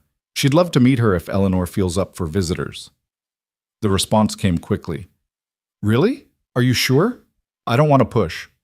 Ryan hesitated, then wrote, I'm sure. Let us know when would be good. That was how, 3 days later, Ryan found himself driving to Eleanor's house with Mia chattering nervously in the back seat. The house was in the older part of town, a craftsman-style home that Ryan had visited countless times during his marriage. It looked smaller than he remembered, shabbier, as if it had aged rapidly in the years since he'd last been there. Hannah met them at the door, her expression a mixture of gratitude and anxiety. Thank you for this, she said quietly. Mom has been talking about it non-stop since I told her you were coming. How is she today? Ryan asked, stepping into the familiar foyer with its worn hardwood floors and faded wallpaper. Good, Hannah said. She's having a good day, which is a gift. The nurse just left and she's awake and alert. She looked down at Mia, her expression softening. She's so excited to see you, sweetheart. Mia pressed closer to Ryan's leg, suddenly shy. What if she doesn't like me? Hannah crouched down to Mia's level. She already loves you, she said gently. She's loved you since before you were born. She just hasn't gotten to see you in a long time. The living room had been converted into a bedroom, with a hospital bed positioned near the window so Eleanor could see outside. She was propped up on pillows, an oxygen tube in her nose, her once robust frame diminished to something small and fragile. But her eyes, still bright and sharp, lit up when she saw them enter. Ryan, Eleanor said, her voice weak but warm. Oh my goodness, you're here. And this can't be little Mia. Look how big you've gotten. Mia hung back, uncertain, but Eleanor's genuine delight was hard to resist. Slowly, she moved closer to the bed, studying her grandmother with open curiosity. I'm 5 now, Mia announced, and I can read some words and I'm learning to do cartwheels. 5 years old, Eleanor marveled. That's very big indeed. Come here, darling. Let me see you properly. Ryan watched as his daughter approached the bed, saw Hannah hovering anxiously in the doorway. This was surreal. Standing in Eleanor's living room as if no time had passed, as if they were still family instead of people connected only by the fragile thread of a child. Eleanor and Mia talked about simple things, Mia's school, her favorite toys, what she wanted to be when she grew up. Eleanor listened with the rapt attention of someone trying to absorb every detail to make up for years of absence in a single afternoon. Her hand, thin and marked with age spots, rested on Mia's arm, a gentle touch that said more than words could. Your mommy was just your age when she learned to ride a bike, Eleanor said at one point. She was so determined, fell off 20 times but kept getting back on. Mia's eyes widened. Really? Mommy, you fell off 20 times? Hannah, who'd been sitting quietly in the corner, smiled. At least 20 times, maybe more. I was very stubborn. Like Daddy says I am, Mia said proudly, and everyone laughed. Ryan found himself relaxing incrementally, the strangeness of the situation fading into something almost comfortable. Eleanor asked him about his teaching, about his life, and he answered honestly, talking about the challenges and rewards of single parenthood, about how Mia had become his entire world. You've done a remarkable job, Eleanor said, her eyes serious. I always knew you would. You were always so good with her, even when she was tiny. The compliment sat uncomfortably with Ryan.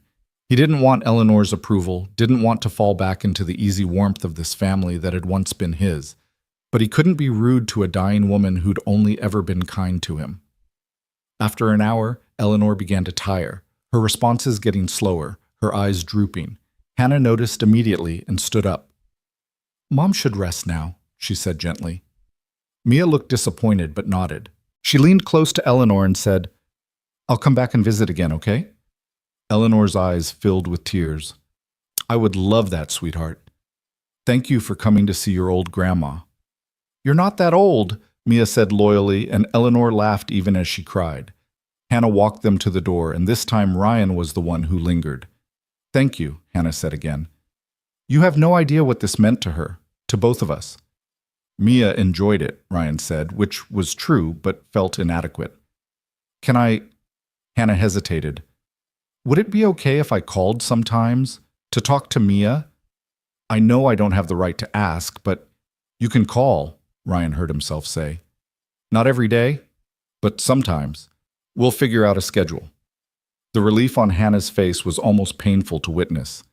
Thank you, Ryan. Thank you. In the car, Mia was quiet for the first few minutes before asking, "Is Grandma Eleanor going to die soon?" The question was direct in the way children's questions often were, cutting through pretense to the heart of things. Ryan gripped the steering wheel tighter. Probably yes. That's what happens when people get very sick like she is. That's sad, Mia said, echoing her earlier sentiment. Mommy will be really sad. Yes, she will, Ryan agreed.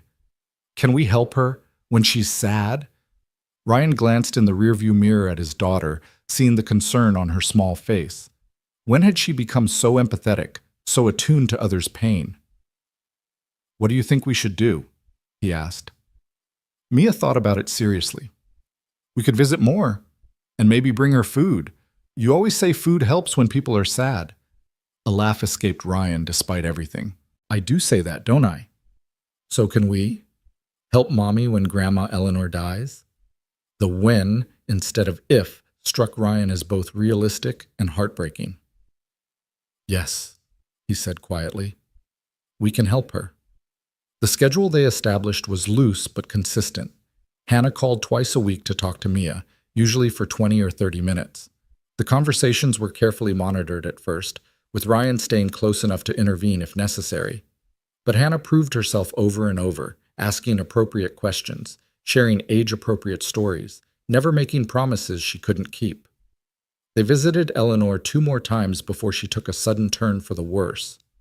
Hannah's text came at 3 in the morning. Mom's in the hospital. They don't think it will be much longer. I know it's the middle of the night, but I wanted you to know. Ryan stared at the message in the darkness of his bedroom, listening to the house's quiet creaks and sighs. He should go back to sleep. This wasn't his problem, wasn't his family anymore. But he thought about Hannah sitting alone in a hospital waiting room, about Eleanor who'd welcomed him with open arms when he'd married her daughter, about Mia's insistence that they should help when Mommy was sad. He texted back, "Do you need anything?" The response took several minutes. Just knowing someone cares, that's enough. But it wasn't enough, Ryan realized. He got up, checked on Mia, still sleeping soundly, and called Sarah. Someone better be dead or dying, Sarah answered groggily. Dying, Ryan confirmed. Hannah's mom, she's in the hospital. I'm thinking about going there. There was a long pause. Are you asking my permission or my opinion? I don't know, both? Sarah sighed, and Ryan could picture her sitting up in bed, running her hands through her hair the way she did when thinking. You're going to go whether I think it's a good idea or not, aren't you? Probably, Ryan admitted. Then go. But Ryan, remember that supporting someone through grief doesn't mean you have to let them back into your life permanently. You can be kind without being stupid about it. I know, Ryan said, though he wasn't sure he did.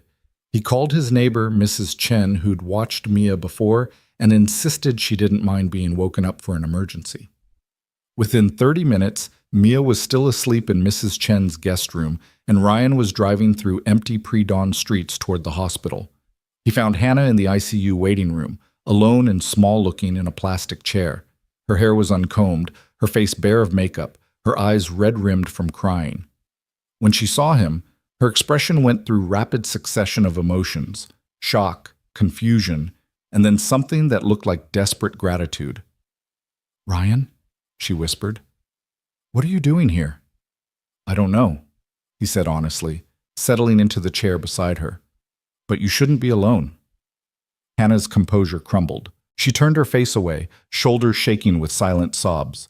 Without thinking, Ryan put his arm around her, and she collapsed against him the way she used to when they were married, when comfort between them had been natural and easy instead of complicated and fraught. She's asking for me, but she's not really there anymore, Hannah said between sobs. She keeps thinking I'm a child. She keeps asking for my father, and he's been dead for 10 years. Ryan held her and let her cry, offering no platitudes because there were none that would help. They sat like that for nearly an hour before a nurse came to tell them Eleanor had stabilized slightly, that Hannah could go in if she wanted. Will you come with me? Hannah asked, and the vulnerability in her voice made it impossible to say no. Eleanor's room was dim and filled with the steady beep of machines.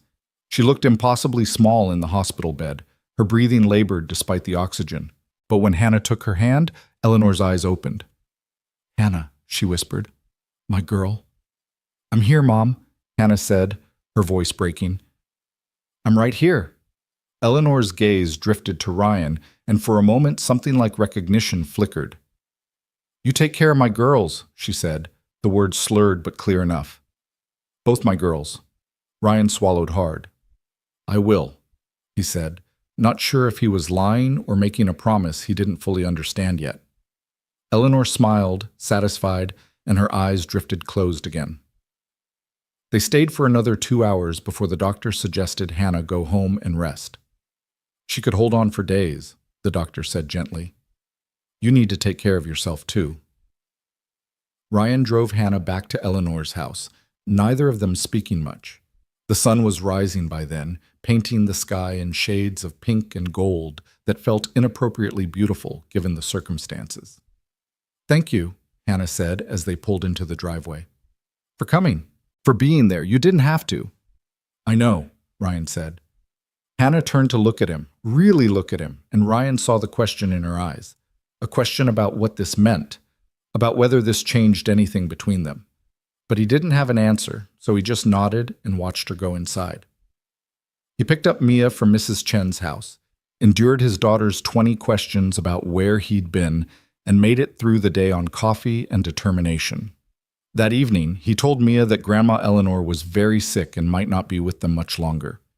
"Can we make her a card?" Mia asked, "to tell her we're thinking about her?" So they made a card, Mia coloring rainbows and flowers, while Ryan wrote a message that tried to convey things he didn't quite know how to say. They mailed it that afternoon, and Ryan hoped Eleanor would be lucid enough to see it. She died 2 days later, in the early morning hours, with Hannah holding her hand. The text came at 6 a.m. "She's gone. Peaceful. Thank you for everything." Ryan stared at the message, feeling the weight of it settle in his chest. He'd known it was coming, but knowing didn't make it easier. He thought about Eleanor, her kindness, her warmth, the way she'd welcomed him into her family, and never made him feel like he had to earn his place. He broke the news to Mia over breakfast, and she cried in the uncomplicated way of children who were sad but didn't fully comprehend the permanence of death. "Can we see Mommy?" she asked through her tears. "She must be really, really sad." "Not today," Ryan said gently. "Mommy needs time to take care of things, but we'll see her soon." The funeral was scheduled for the following weekend. Ryan debated whether to attend. He wasn't family anymore, had no official right to be there, but Mia wanted to go, wanted to say goodbye to the grandmother she'd barely known, and Ryan couldn't send her without him. So on a gray Saturday morning, they dressed in dark clothes and drove to the church where Ryan and Hannah had been married 7 years earlier. The building looked the same. White clapboard siding, tall steeple, stained glass windows that caught the weak winter light. Ryan's hands were sweating on the steering wheel as they pulled into the parking lot. Inside, the church was half full of people Ryan mostly didn't recognize. Eleanor's friends, her colleagues from the library where she'd worked for 30 years, neighbors and community members whose lives she'd touched. Hannah stood near the front, accepting condolences with the hollow-eyed exhaustion of someone running on empty. When she saw Ryan and Mia, something in her expression shifted, became less blank, more present. She crossed to them immediately, crouching down to hug Mia with desperate intensity.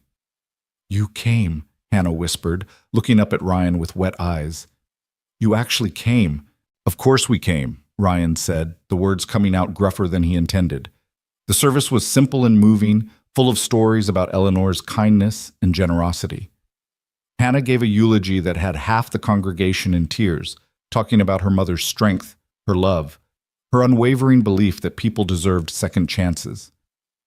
"She never gave up on anyone," Hannah said, her voice wavering but strong. "Even when they gave up on themselves. She taught me that love means holding on even when it's hard, and forgiving even when it seems impossible." Ryan wondered if those words were meant for him, or if he was reading too much into a grieving daughter's tribute to her mother. At the reception afterward, held in the church basement with sandwiches and coffee, Ryan found himself cornered by Hannah's Aunt Margaret, a formidable woman who'd never particularly liked him. "So you're back in the picture," Margaret said, her tone making it clear this wasn't a question. "I'm here for Mia," Ryan said carefully, "and to pay respects to Eleanor." Margaret studied him with sharp eyes. "Hannah's been through hell, you know. This isn't the first loss she's dealt with." The comment felt loaded with meaning Ryan didn't fully understand. "I know about the postpartum depression," he said. "Do you?" Margaret challenged. "Do you know about the miscarriage before that? The one that sent her spiraling even before Mia was born? Do you know about the family history of depression that made her terrified she'd inherited her own mother's struggles?" Ryan felt like the ground had shifted beneath him. "What miscarriage?" Margaret's expression softened slightly, seeing his genuine confusion. "Early on, 6 weeks. She didn't tell you?" "No," Ryan said, his mind reeling. "She never told me." "Well," Margaret said, her tone gentler now, "that's between you two. But I'm telling you now because if you're going to be in her life again, or in Mia's life with her, you need to understand that Hannah's been fighting battles you don't know about. And maybe if you'd known about them then, things would have been different." She walked away, leaving Ryan standing alone with a cup of bad coffee and a head full of questions. A miscarriage? Before Mia? How had he not known? Had he been that oblivious, that wrapped up in his own world? He found Hannah an hour later, standing alone in the church parking lot, staring at nothing. She looked wrung out, empty, like someone who'd given everything they had and had nothing left. "Why didn't you tell me?" Ryan asked without preamble. Hannah didn't pretend not to know what he meant. "About the miscarriage?" "Yes." She was quiet for a long moment. "Because I blame myself," she finally said. "Because I thought if I'd been stronger, healthier, more careful, it wouldn't have happened. And I was afraid you'd blame me too." "I wouldn't have," Ryan said, and meant it completely. "I know that now," Hannah said. "But back then I wasn't thinking clearly. The miscarriage happened, and I fell apart. And then I got pregnant with Mia so quickly afterward that I didn't have time to process any of it. And the whole time I was terrified. Terrified I'd lose her too. Terrified I wasn't strong enough to be a mother. Terrified of everything." "You should have told me," Ryan said, but without the anger that would have been there weeks ago. Now it was just sadness, grief for the communication that had failed them both. "I should have told you a lot of things," Hannah agreed. "But I was drowning, Ryan. And when you're drowning, you can't always see the hand reaching out to save you." They stood in silence, the weight of everything unsaid hanging between them. Finally, Ryan spoke. "Mia wants you to come to dinner again. Tomorrow. Nothing fancy, just spaghetti. But she asked, and I think you should come." Hannah's eyes widened. "Are you sure?" "No," Ryan admitted, "but I'm asking anyway." A ghost of a smile touched Hannah's lips, the first genuine smile he'd seen from her all day. "Then yes, I'd love to." The next evening, Hannah came to dinner, and this time the atmosphere was different. Less tense, more comfortable, as if they'd all agreed to stop fighting against something inevitable. Mia showed Hannah her room, her toys, her collection of rocks from the playground. Hannah listened and engaged and asked questions, slipping into the role of mother with an ease that suggested it had never really left her. After Mia went to bed, Ryan and Hannah sat in the living room with tea, talking about nothing and everything. They laughed about Mia's stubborn streak, compared notes on her preferences and quirks, marveled at how much she'd grown. "I've missed so much," Hannah said quietly, "and I know I can never get that back." "No," Ryan agreed, "you can't, but maybe you can be part of what comes next." Hannah looked at him, hope and fear warring in her expression. "What does that mean?" "I don't know yet," Ryan said honestly, "but I think we need to figure it out, for Mia's sake." "Just for Mia's sake?" Hannah asked softly. Ryan met her eyes, saw the question there, and felt something shift in his chest, something dangerous and hopeful that he'd thought was dead and buried. "I don't know," he whispered. "Maybe not just for Mia."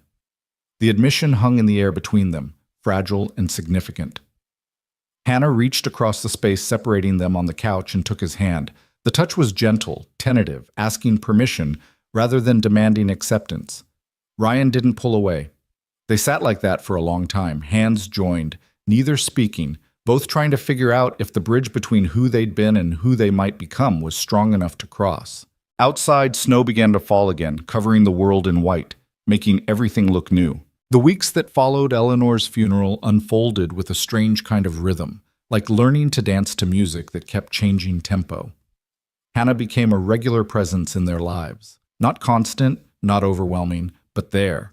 She came for dinner every Wednesday, a schedule they'd agreed upon after lengthy discussion. She called Mia on Saturday mornings, their conversations full of giggles and stories that Ryan could hear from the kitchen where he pretended not to be listening. And slowly, incrementally, the sharp edges of their shared past began to soften into something less cutting. Ryan found himself thinking about Hannah at odd moments, while grading papers at school, while making breakfast, while lying awake at night staring at the ceiling. Not the Hannah who'd left, though that ghost still haunted the corners of his memory. This was a different Hannah, or maybe the same one stripped of the illness that had consumed her. He caught glimpses of the woman he'd fallen in love with 8 years ago, back when they'd been young and stupid and certain that love conquered everything. Turned out love didn't conquer everything, but maybe Ryan was starting to think it could survive more than he'd given it credit for. Sarah visited in mid-January, sweeping into the house with her characteristic energy and immediately demanding a full accounting of everything that had happened since Christmas. Ryan tried to downplay it, but Mia, who had inherited her aunt's tendency toward dramatic storytelling, provided enthusiastic commentary about every visit with Mommy, every phone call, every moment of connection. "So she's just back in your life now," Sarah said later that evening after Mia had gone to bed. They sat at the kitchen table with wine, a replay of countless conversations they'd had over the years. "Just like that." "Not just like that," Ryan corrected. "It's complicated." "Well, everything with you two is complicated," Sarah observed. "But I need to ask, and I need you to be honest with me. Are you falling for her again?" The question landed like a stone in still water, sending ripples through Ryan's carefully maintained composure. "I don't know," he said, which was both true and a cop-out. "Maybe, probably. I'm trying not to." "Why?" Sarah asked, and the question was genuine, not accusatory. "Why are you trying not to?" Ryan stared into his wine glass, watching the liquid catch the light. "Because I remember what it felt like when she left. I remember lying on the bathroom floor at 2 a.m. because Mia was crying, and I didn't know how to help her, and thinking that I couldn't do it, that I wasn't strong enough. And I survived that, Sarah. I came out the other side, but I don't know if I could survive it again." Sarah reached across the table and squeezed his hand. "That's a fair fear," she said gently. "But Ryan, you're not the same person you were 3 years ago. Neither is she. Maybe the question isn't whether you could survive her leaving again. Maybe it's whether you're brave enough to let her stay."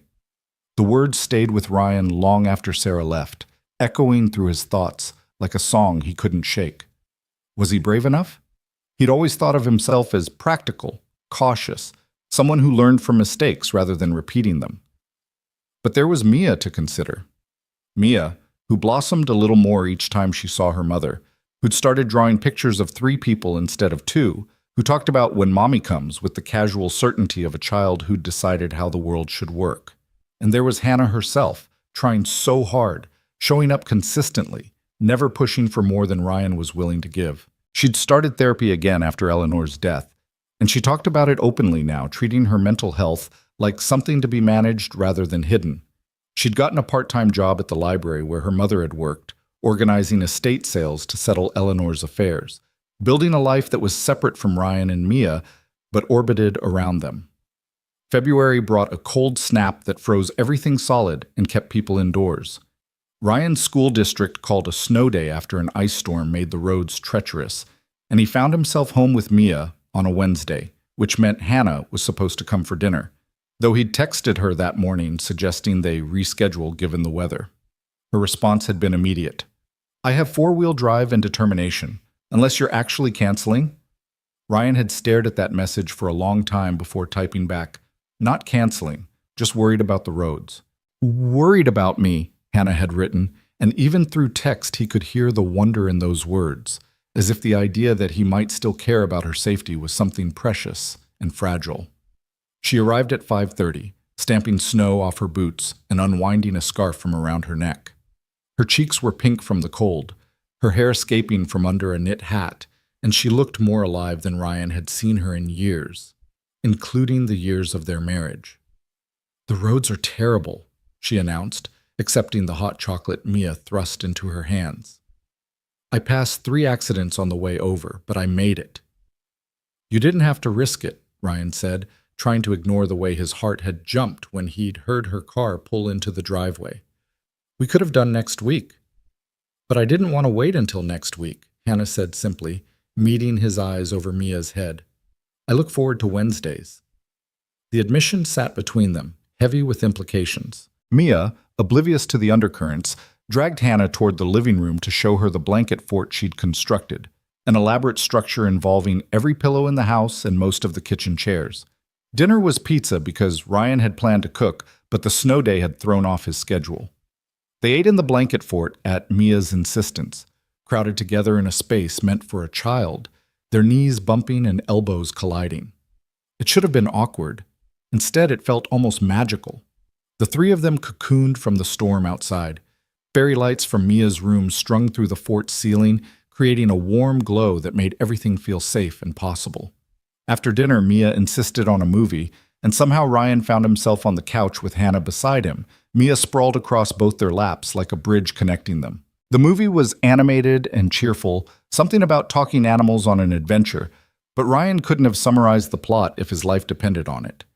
His attention kept drifting to Hannah's hand, resting on the couch cushion between them, so close to his own that he could feel the warmth radiating from her skin. Halfway through the movie, Mia fell asleep, her breathing evening out into the soft rhythm of childhood slumber. Ryan looked down at his daughter, then up at Hannah, who was watching Mia with an expression of such tender love that Ryan felt his chest constrict. "She's perfect," Hannah whispered. "Ryan, I look at her and I can't believe I stayed away as long as I did.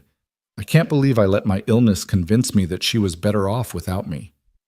"You were sick," Ryan said quietly, repeating the words he'd told himself countless times since Christmas.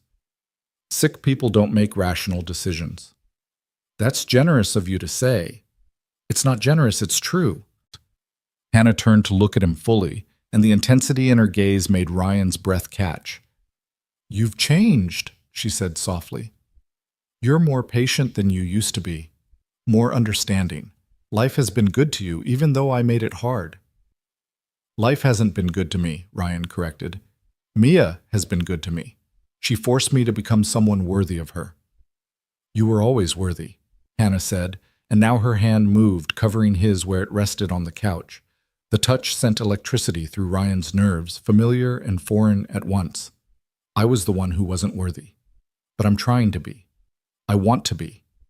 Ryan knew he should pull his hand away, should maintain the boundaries they'd carefully established. But he didn't.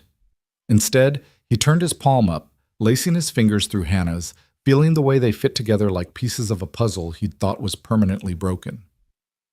"Hannah," he said, her name a question and a warning and a plea all at once. "I know," she whispered. "I know we can't rush this. I know I have to earn your trust back. But Ryan, I need you to know, what I feel for you, it never went away. Even at my sickest, even when I couldn't see past the darkness, I loved you. I just didn't know how to love you and myself at the same time." The confession hung in the air between them, raw and honest. Ryan's first instinct was to protect himself, to retreat behind the walls that had kept him safe. But he thought about Sarah's words, about being brave enough to let Hannah stay. "I'm terrified," Ryan admitted, his voice barely audible over the movie still playing on the TV. "I'm terrified of getting hurt again, of Mia getting hurt, of building something that falls apart the moment things get hard." "I'm terrified too," Hannah said. "But maybe we can be terrified together?" Before Ryan could respond, Mia stirred in her sleep, mumbling something incomprehensible. The moment broke, and they both looked down at their daughter, the physical reminder of what was at stake. "I should get her to bed," Ryan said, reluctantly pulling his hand from Hannah's. "Let me help," Hannah offered, and together they carried Mia upstairs, Ryan supporting her weight, Hannah guiding them around furniture in the darkened house. They moved with the synchronicity of people who'd done this before, who'd once been partners in the small daily rituals of raising a child. After Mia was tucked in, they stood in the hallway outside her room, suddenly awkward now that the moment had passed. The house felt very quiet around them, the storm outside muffled by walls and windows. "I should go," Hannah said, but she didn't move toward the stairs. "The roads are still bad," Ryan heard himself say. "You could stay, on the couch," he added quickly, "just until the morning, when they've had a chance to salt the roads." Hannah's eyes widened. "Are you sure?" No, Ryan thought, until, "Yes," he said aloud. He found blankets and a pillow, made up the couch while Hannah watched from the doorway. The domesticity of it felt loaded with meaning. This woman who'd once shared his bed now relegated to the couch, but invited to stay nonetheless. It was progress, Ryan supposed, even if he couldn't quite define toward what. "Thank you," Hannah said as Ryan handed her the pillow. "For everything. For tonight, for the last few weeks, for giving me a chance I don't deserve." "Stop saying you don't deserve things," Ryan said, more sharply than he intended. "Maybe you made mistakes. Maybe you hurt us. But you're trying now, and that has to count for something." Hannah's eyes filled with tears. "You're a good man, Ryan Walker." "I'm a work in progress," Ryan corrected, "just like everyone else." He left her there and went upstairs to his own room, but sleep felt impossible. He lay in the darkness, listening to the house settle around him, acutely aware that Hannah was just one floor below. Part of him wanted to go back downstairs, to pick up the conversation where they'd left it, to explore the feelings they danced around all evening. But another part, the scared, scarred part, knew that rushing would ruin everything. So he stayed in bed and tried not to think about the way Hannah's hand had felt in his, or the hope in her eyes when she'd talked about being terrified together. Morning came gray and cold, the world outside coated in ice that turned everything into a crystal sculpture. Ryan came downstairs to find Hannah already awake, folding the blankets she'd used, trying to erase evidence of her presence, as if afraid she'd overstepped. "Coffee?" Ryan offered, moving toward the kitchen. "Please," Hannah said gratefully. They drank coffee in comfortable silence, standing at the kitchen counter and watching the sunrise paint the frozen landscape in shades of pink and gold. Mia was still sleeping. Snow days meant she'd lounge in bed until at least 8, and the quiet between Ryan and Hannah felt companionable rather than awkward. "Can I ask you something?" Hannah said eventually, setting down her mug. "And you can tell me if I'm overstepping." "Okay," Ryan said cautiously. "Did you date anyone after I left? I'd understand if you did. I need to know what I'm walking back into." The question was fair, Ryan supposed, even if it made him uncomfortable. "I went on a few dates," he admitted. "Nothing serious. Nothing that went past a third date. I told myself it was because of Mia, because I didn't want to introduce her to people who might not stick around. But honestly, I think I was still too angry to let anyone in." Hannah nodded slowly. "And now? Are you still too angry?" Ryan thought about it, really considered the question. The rage that had sustained him through the first year, that had kept him moving when everything felt impossible. Where had it gone? Somewhere along the way, between Christmas and now, it had transformed into something softer. Not forgiveness exactly, but maybe understanding.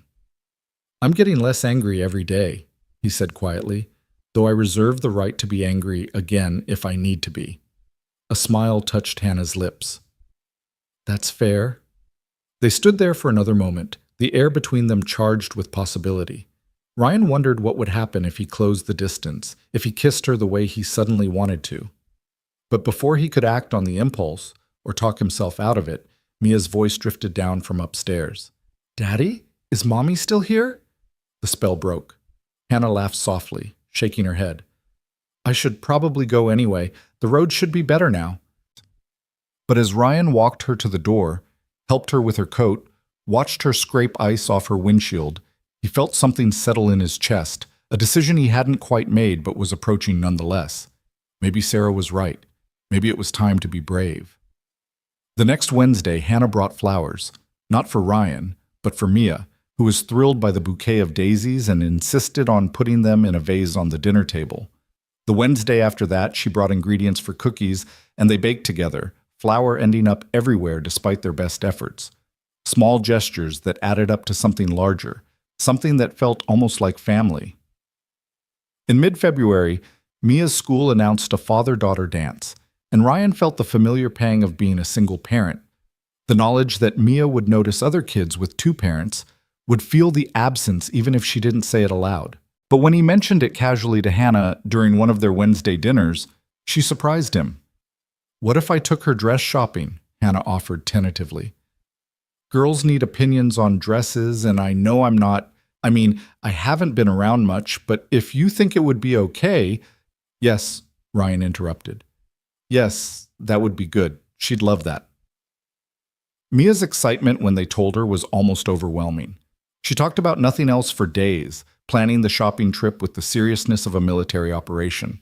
When the day came, Ryan dropped her off at the mall to meet Hannah, feeling strangely nervous as he watched his daughter run toward her mother.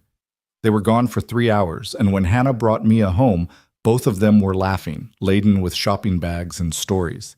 Mia had found the perfect dress, purple with sparkles, and Hannah had apparently bought her matching shoes and a hair clip shaped like a butterfly. "You didn't have to do all that," Ryan said as Mia ran upstairs to try everything on again. "I wanted to," Hannah said simply. "Ryan, I've missed 5 years of shopping trips and hair appointments and all the little moments that make up a childhood. Let me have this one, even if it's all I ever get."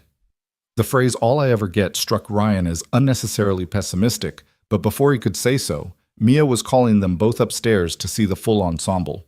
She twirled in front of the mirror, the dress flaring around her legs, her face glowing with happiness. "I'm going to be the prettiest one at the dance," she declared with absolute confidence. "You absolutely are," Hannah agreed, meeting Ryan's eyes over their daughter's head with a smile that made his heart skip. The night of the dance, Ryan put on his one decent suit and helped Mia with her hair, following the braiding tutorial that Hannah had texted him with step-by-step photos. They arrived at the school gymnasium, decorated with hearts and streamers, already full of fathers and daughters in fancy clothes. Mia was immediately swept up in the excitement, dragging Ryan onto the dance floor for every song. He twirled her and let her stand on his feet so they could waltz, and felt his heart swell with love for this small person who'd become his entire world. During a slow song, Mia looked up at him with serious eyes. "Daddy? Do you think Mommy wishes she was here?" The question caught Ryan off guard. "I think she's happy you had a good time shopping with her. But wouldn't it be nice if she could come to things like this? With us?" Ryan pulled Mia closer, buying time to formulate an answer. "Maybe someday," he said carefully, "but these things take time." "How much time?" Mia pressed, with the impatience of a child who wanted everything resolved immediately. "I don't know, Princess. We're still figuring it out." But later that night, after he'd tucked Mia into bed and was cleaning up the kitchen, Ryan found himself pulling out his phone and typing a message to Hannah. "Mia had a great time tonight. Thank you for making the shopping trip special. She asked if you'd want to come to things like this in the future." The response came quickly. "What did you tell her?" Ryan stared at the screen, his thumbs hovering over the keys. Finally, he typed, "I told her maybe someday. But Hannah, I think I meant it." 3 dots appeared, disappeared, appeared again. Then, "Can we talk? Not tonight, but soon? Really talk about what this is and what it could be?" Ryan's heart hammered in his chest. This was it. The moment where they'd have to define things, to decide if they were rebuilding something or just maintaining a cordial co-parenting relationship. The safe choice would be to keep things as they were, undefined and non-threatening.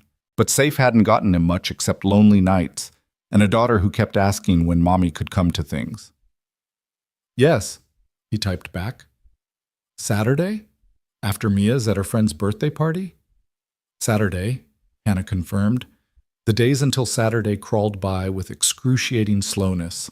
Ryan second-guessed himself constantly. Maybe this was too fast, maybe he was setting himself up for heartbreak. Maybe he should protect himself and Mia rather than risk everything again. But every time he saw Hannah with Mia, every time he caught himself smiling at something she'd said, every time he reached for his phone to text her something funny or interesting, he knew the decision was already made. He'd already let her back in. The question was whether he'd admit it out loud. Saturday afternoon found Ryan nervous in a way he hadn't been since their first date 8 years ago. He'd dropped Mia at her friend's house, confirmed pickup time, and driven home with sweaty palms and a racing heart. Hannah arrived at 2, looking equally nervous, her hands twisting together as she stood on the porch. "Hi," she said, the single word carrying the weight of everything unspoken between them. "Hi," Ryan echoed. "Come in." They settled in the living room, sitting on opposite ends of the couch, the same formation they'd maintained for weeks, the physical distance a buffer against emotional intimacy. But this time, the distance felt wrong, like they were actors who'd forgotten they were supposed to move closer during this scene. "So," Hannah started, then laughed nervously. "I don't actually know how to begin this conversation." "Me either," Ryan admitted, "but I think we need to have it anyway." Hannah nodded, took a deep breath, and seemed to gather her courage. "Ryan, these past few months have been the happiest I've been in years. Getting to know Mia again, spending time with you, feeling like maybe I could be part of a family again, it's everything I dreamed about during the years I was gone. But I need to know if it's just about Mia for you, or if there's a possibility that it could be about us too." The directness of the question demanded an equally direct answer. Ryan could hide behind ambiguity, could protect himself with carefully neutral words, or he could be honest. "It stopped being just about Mia weeks ago," Ryan said, watching Hannah's face as he spoke. "Maybe it was never just about Mia, as much as I tried to convince myself otherwise. Hannah, I'm scared. I'm terrified, actually. But I also can't stop thinking about you, about the way you laugh at Mia's jokes, about how you've changed, about whether we could actually make this work."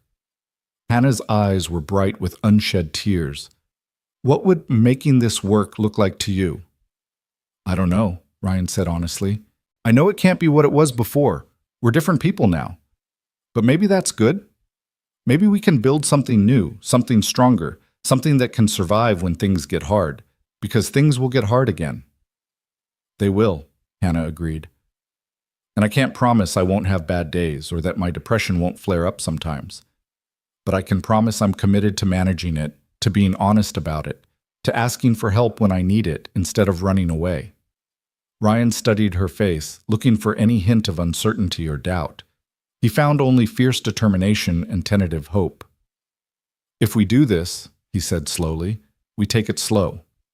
We date like normal people, not like we're picking up where we left off. Mia stays our priority, but we also figure out who we are to each other now, not who we used to be."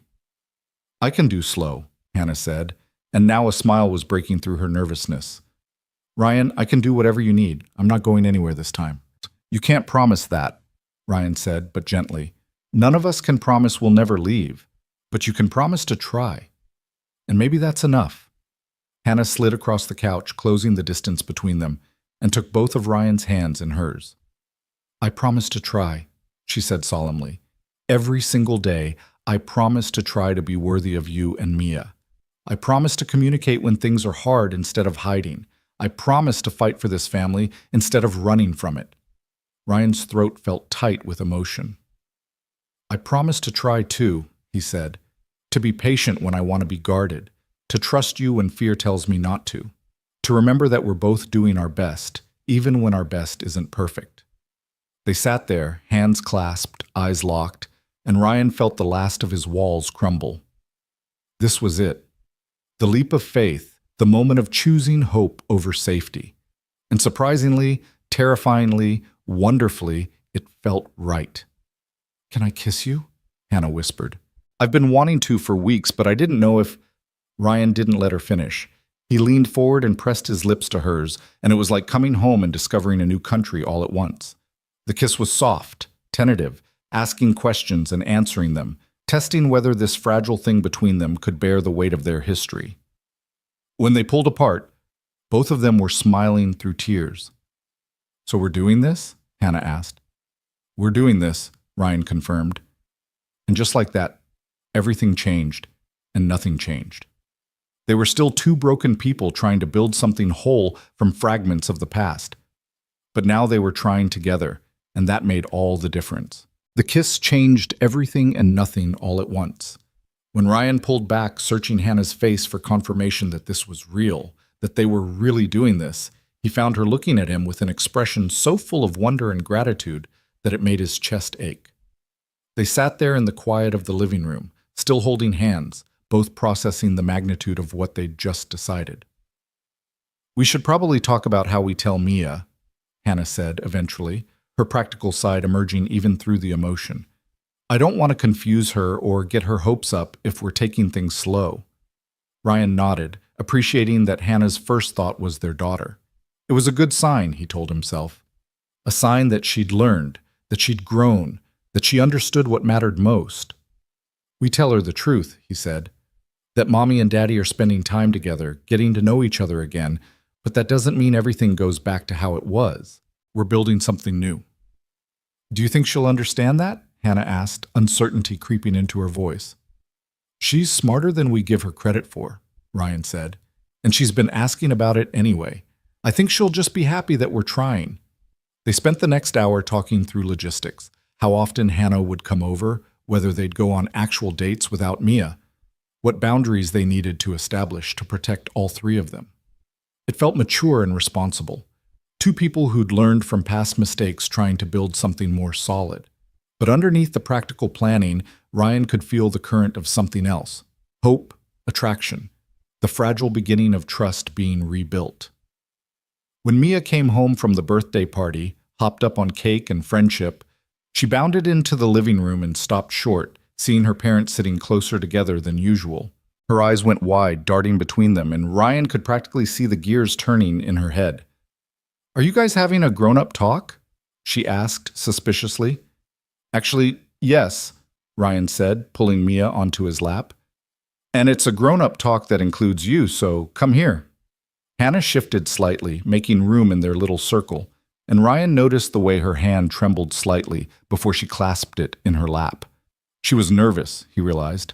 Nervous about Mia's reaction, about whether this would all be too much too fast. "So," Ryan began, glancing at Hannah for support, "you know how you've been asking if Mommy could come to more things with us?" Mia nodded enthusiastically, her curls bouncing. "Like all the time." "Well, Mommy and I have been talking, and we've decided that we want to spend more time together, all three of us, but also sometimes just the two of us, like when grown-ups are dating." Mia's eyes went even wider. "You're dating? Like boyfriend and girlfriend?" Hannah laughed, the sound a little watery. "Something like that, sweetheart. We're taking things slow, getting to know each other again. But yes, we're dating." The squeal that came out of Mia could probably have shattered glass. She launched herself at Hannah, nearly knocking her over, and then bounced back to Ryan to hug him just as fiercely. "This is the best day ever," she announced. "Are you getting married again? Can I be the flower girl? Can we all live together?" "Whoa, hold on," Ryan said, laughing despite himself. "We literally just started dating. We're not talking about marriage or living together. This is going to take time, princess." "How much time?" Mia demanded, echoing her earlier question about forgiveness with the same impatience. "We don't know," Hannah said gently, "but we promise to keep you updated along the way. And Mia?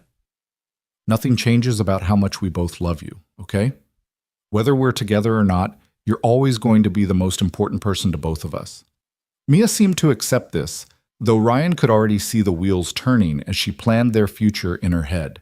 She chattered non-stop through dinner, already making lists of things they could do as a family, places they should go, activities they should try. Ryan and Hannah exchanged amused glances over her head, both thinking the same thing. They'd created a romantic in the form of a 5-year-old. After Mia finally went to bed, still talking about wedding dresses, even though they'd repeatedly told her they weren't anywhere near that point, Hannah lingered at the door. The goodbye felt weighted with new significance now that they'd named what was between them. "So," Hannah said, a shy smile playing at her lips, "when's our first official date?" "Are Wednesday dinners not dates?" Ryan teased. "Those are family dinners," Hannah corrected. "I want a real date, just us. Somewhere we can talk without worrying about little ears hearing everything." Ryan felt a flutter of nervousness in his stomach, the kind he hadn't experienced since he was a teenager. "Friday?" he suggested. "Sarah said she'd watch Mia anytime I needed her to, and I think she'll be thrilled about this development." Friday is perfect, Hannah said. Then, with a boldness that surprised both of them, she stood on her toes and kissed him again, brief and sweet, but full of promise. Good night, Ryan. Good night, he managed, watching her walk to her car with a smile he couldn't have suppressed if he'd tried. The call to Sarah was exactly as Ryan expected. She answered on the first ring, as if she'd been waiting for news. Tell me everything, she demanded. We're dating, Ryan said, unable to keep the grin out of his voice. Hannah and I, we're officially dating. There was a long pause. And you're sure about this? You're really, truly sure? I'm terrified, Ryan admitted. But yes, I'm sure. Sarah sighed, and Ryan could picture her shaking her head. Then I'm happy for you, you idiot. You deserve happiness, even if you're choosing the most complicated path to get there. When do you need me to watch Mia? Friday night? We're going on our first real date. I'll be there, Sarah promised. And Ryan? For what it's worth, I think you're brave. Stupid, maybe, but brave. Friday arrived with the kind of nervous anticipation that made Ryan change his shirt 3 times and check his hair in the mirror more than any grown man should. He'd made reservations at a quiet Italian restaurant downtown, the kind of place that was romantic without being over the top, intimate without feeling like too much pressure. Sarah arrived early, took one look at Ryan's face, and laughed. You look like you're about to face a firing squad, not go on a date with a woman you've already been married to. That's what makes it terrifying, Ryan said, adjusting his collar for the 5th time. We know all the ways we failed before. What if we just fail again? Then you'll survive, like you did before, Sarah said matter-of-factly. But what if you don't fail? What if you actually get your happy ending? The question stayed with Ryan as he drove to pick up Hannah. She'd moved into a small apartment after settling Eleanor's estate, a place that was distinctly hers rather than haunted by her mother's illness. When she answered the door, Ryan momentarily forgot how to breathe. She was wearing a dark blue dress that brought out her eyes, her hair falling in soft waves around her shoulders, and she looked beautiful in a way that made Ryan remember exactly why he'd fallen in love with her in the first place. Hi, she said, her own nervousness evident in the way she clutched her purse. Hi, Ryan echoed. You look amazing. So do you, Hannah said, and the smile she gave him was genuine and warm and slightly shy, like they were discovering each other all over again. The restaurant was everything Ryan had hoped. Quiet enough for conversation, but busy enough that they weren't hyper-aware of being alone together. They started with safe topics: Mia's latest school adventures, Ryan's students, the book Hannah had been reading, but gradually, as the wine loosened their tongues and the atmosphere relaxed them, they ventured into deeper territory. I want to understand, Ryan said over their main course, setting down his fork to give the conversation his full attention. I want to understand what it was like for you. Not so I can hold it against you, but so I can really know what you went through. Hannah took a sip of wine, clearly gathering her thoughts. Do you remember how I was after Mia was born? How I'd just stare at the wall sometimes, or how I'd cry for no reason? Ryan nodded.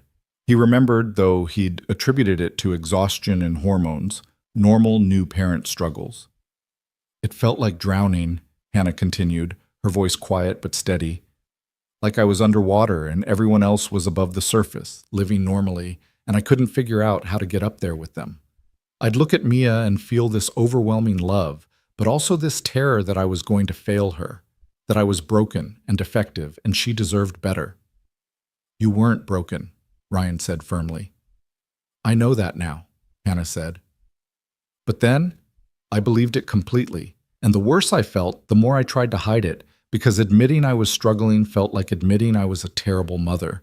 So I just kept sinking deeper and deeper until one day I woke up and couldn't remember the last time I'd felt anything other than numb despair. Ryan reached across the table and took her hand, needing the physical connection.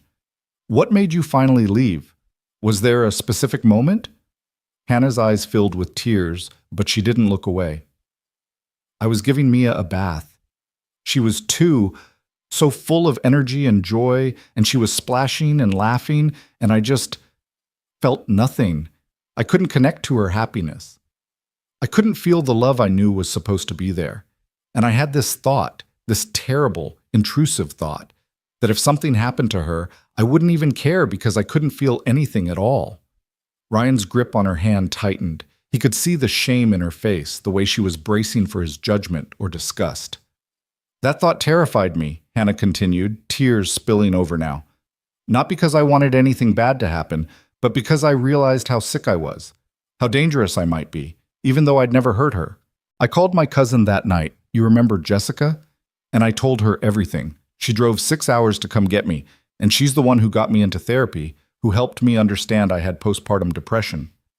Why didn't you tell me any of this? Ryan asked, his voice breaking. Why didn't you let me help? Because I was convinced you'd be better off without me, Hannah said simply. Jessica tried to get me to call you, to explain, but I wouldn't. I was so deep in the depression that I genuinely believed leaving was an act of love, that I was protecting you and Mia from my brokenness. Ryan sat back, processing this. All the anger he'd carried, all the nights he'd wondered how Hannah could just abandon them. It had been predicated on the assumption that she'd left because she didn't care. But this was the opposite. She'd left because she'd cared too much to risk hurting them with her illness. It still wasn't right, Ryan said, needing to establish that boundary. I understand why you did it, but it still wasn't the right choice. We could have gotten through it together. I know, Hannah whispered. And if I could go back, I'd do everything differently. I'd be honest about struggling. I'd accept help. I'd trust that you loved me enough to support me through the darkness. But I can't go back, Ryan. I can only be better now. They sat in silence for a moment, the weight of the conversation settling around them. Then Ryan said something he'd been thinking about for weeks. I failed you too. I saw that you were struggling, and I didn't push hard enough to understand why. I let you deflect and make excuses because it was easier than confronting something I didn't know how to fix. You were a new parent trying to survive, Hannah said. You can't blame yourself for not diagnosing a medical condition. Maybe not, Ryan agreed, but I can acknowledge that if we're going to do this right, really right, we both need to be better at communicating, at being honest even when it's hard. I can do that, Hannah said, her voice stronger now. I want to do that. The rest of dinner was lighter, as if they'd cleared some essential hurdle and could now breathe easier. They talked about hopes for the future, cautiously, not making promises they couldn't keep, but exploring possibilities. They laughed about Mia's dramatic reaction to their dating announcement. They remembered good times from their marriage alongside the bad, reclaiming some of the joy that had been buried under pain. When Ryan walked Hannah to her door at the end of the night, the air between them felt electric with possibility. She turned to face him, her back against the door, and Ryan braced one hand on the doorframe above her head, not trapping her but creating a pocket of intimacy in the cool night air. I had a really good time tonight, Hannah said softly. Better than good. Perfect. Me too, Ryan admitted. Hannah, I need you to know I'm all in on this. It scares the hell out of me, but I'm all in. I'm going to try to trust you, to build something new with you. But I need you to promise that if you ever feel yourself slipping, if the depression comes back or things get too hard, you'll tell me. You'll let me help instead of running. I promise, Hannah said solemnly. Ryan, I've spent 3 years learning how to manage my mental health. I have a therapist I see weekly. I'm on medication that actually works. I have coping strategies and a support network. I'm not the same person who left, and I won't make the same mistakes. Ryan studied her face in the porch light, looking for any hint of uncertainty. He found only fierce determination and love. So much love it took his breath away. Okay, he said, then let's do this. Let's build something new. He kissed her then, and it was different from the tentative kisses they'd shared before. This one was deeper, more certain, a promise sealed with touch. When they finally broke apart, both breathless, Hannah was smiling through tears. Come to Sunday dinner? Ryan asked impulsively. Not Wednesday, Sunday. Make it 4 days a week instead of 1. Are you sure? Hannah asked, even as hope lit up her face. I'm sure, Ryan said. Slow doesn't mean we have to torture ourselves. It just means we're being thoughtful about how we move forward. Spring arrived gradually, winter releasing its grip 1 degree at a time. Hannah became a fixture in their lives. Not just Wednesday and Sunday dinners, but movie nights and trips to the park and lazy Saturday mornings where she'd arrive with donuts and coffee. She and Ryan went on dates every Friday, exploring their city like tourists discovering it for the first time. talking about everything and nothing, slowly stitching together the torn fabric of their relationship. There were hard moments, too. One Tuesday in March, Hannah called Ryan in tears, in the grip of a bad day where the depression had surged back without warning. Ryan's first instinct was panic. This was it, the moment where she'd run again. But instead, Hannah asked if he could come over, and when he arrived, she let him hold her while she cried and told him about the darkness that sometimes still clawed at her. "I'm not going anywhere, but," Hannah kept saying, like a mantra she needed to repeat. "I'm just having a bad day. I need you to know I'm having a bad day so you can help me through it instead of me trying to hide it." And Ryan did help. He held her and listened and didn't try to fix anything, just offered his presence and patience. When she felt steadier, he helped her call her therapist to schedule an emergency session. He picked up Mia from school so Hannah could rest. He proved, through action rather than words, that her illness didn't scare him away anymore because now he understood it and she'd let him in. That night, after Mia was asleep and Hannah had gone home with a medication adjustment plan and a promise to check in tomorrow, Ryan realized something profound.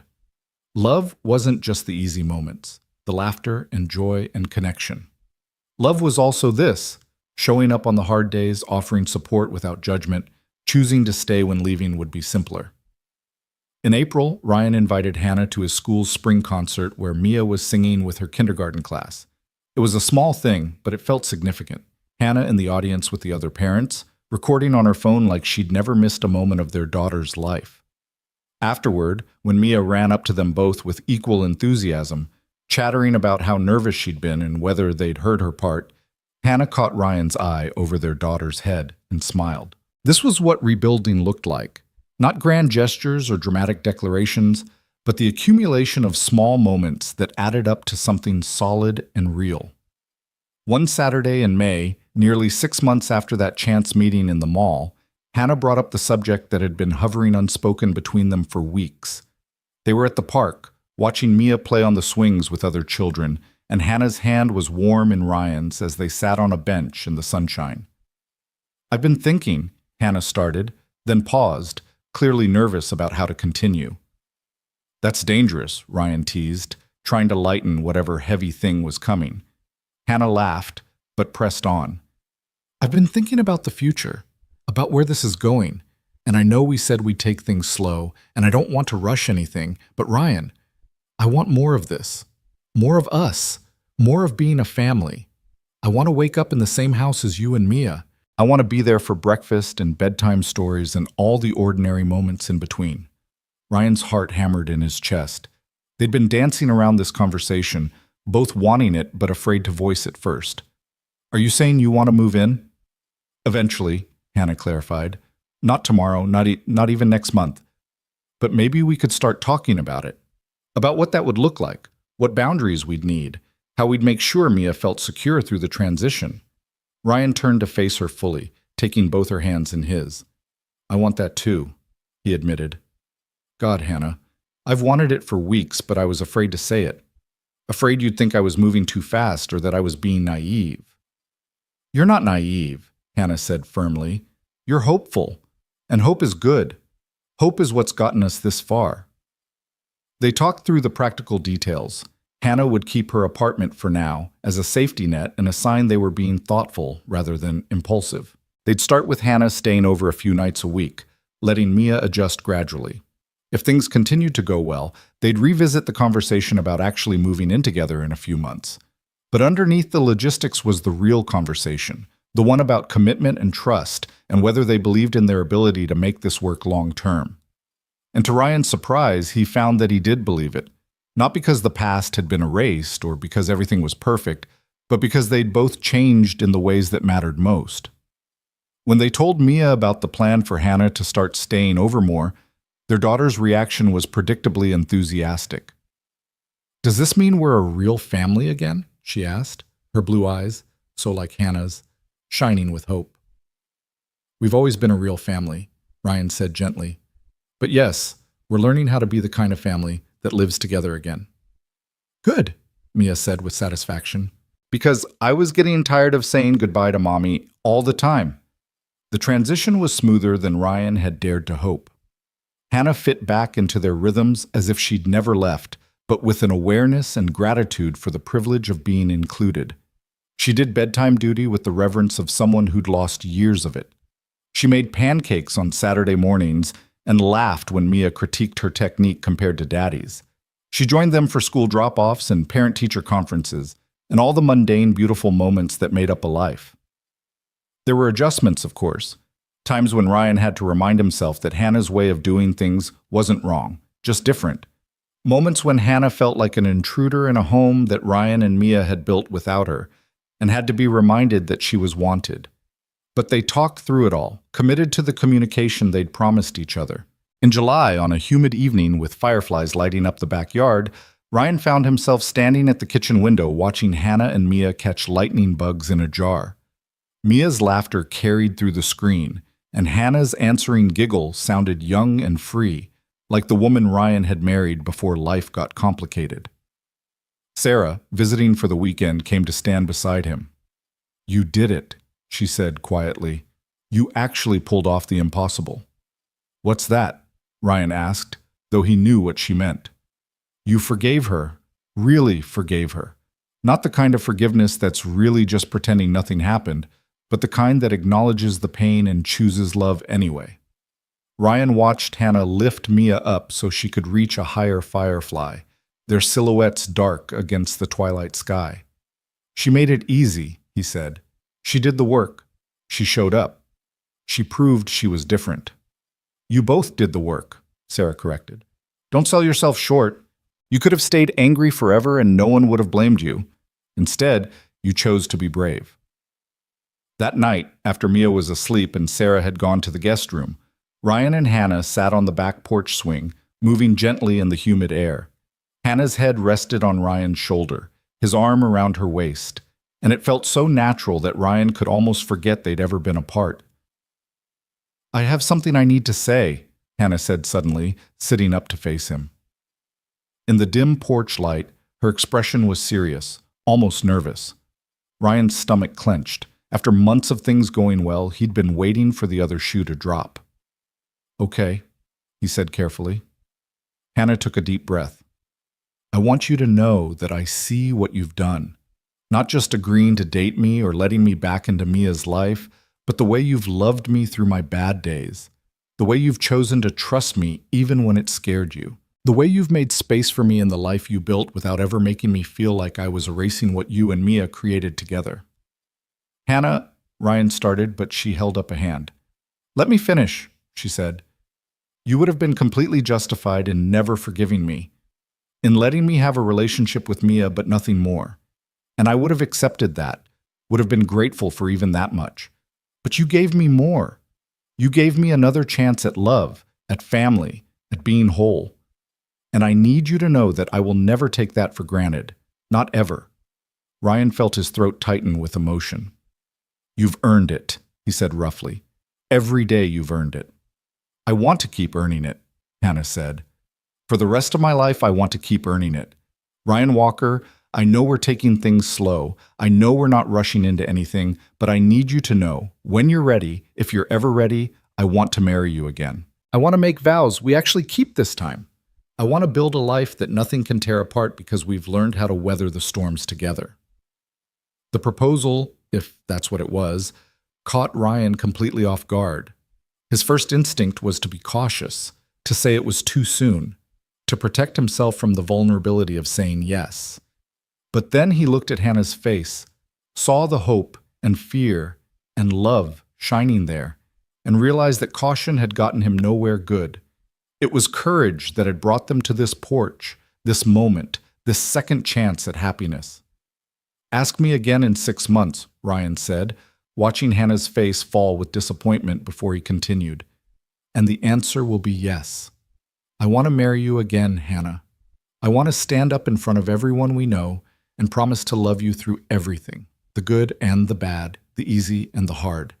But I want us to have a year of this first, a year of proving we can do the everyday boring stuff without falling apart. Because marriage isn't the grand gestures. It's the Tuesday afternoons and the Sunday mornings, and knowing that we can survive both." Hannah's face transformed, disappointment giving way to radiant joy. 6 months, she agreed. "I can wait 6 months." I'd wait forever if that's what you needed. I don't need forever, Ryan said, pulling her close. Just 6 more months of us figuring out how to be a family. And then Hannah? Then I want to make you my wife again, and this time we'll get it right. They kissed under the stars, the summer night wrapping around them like a blessing.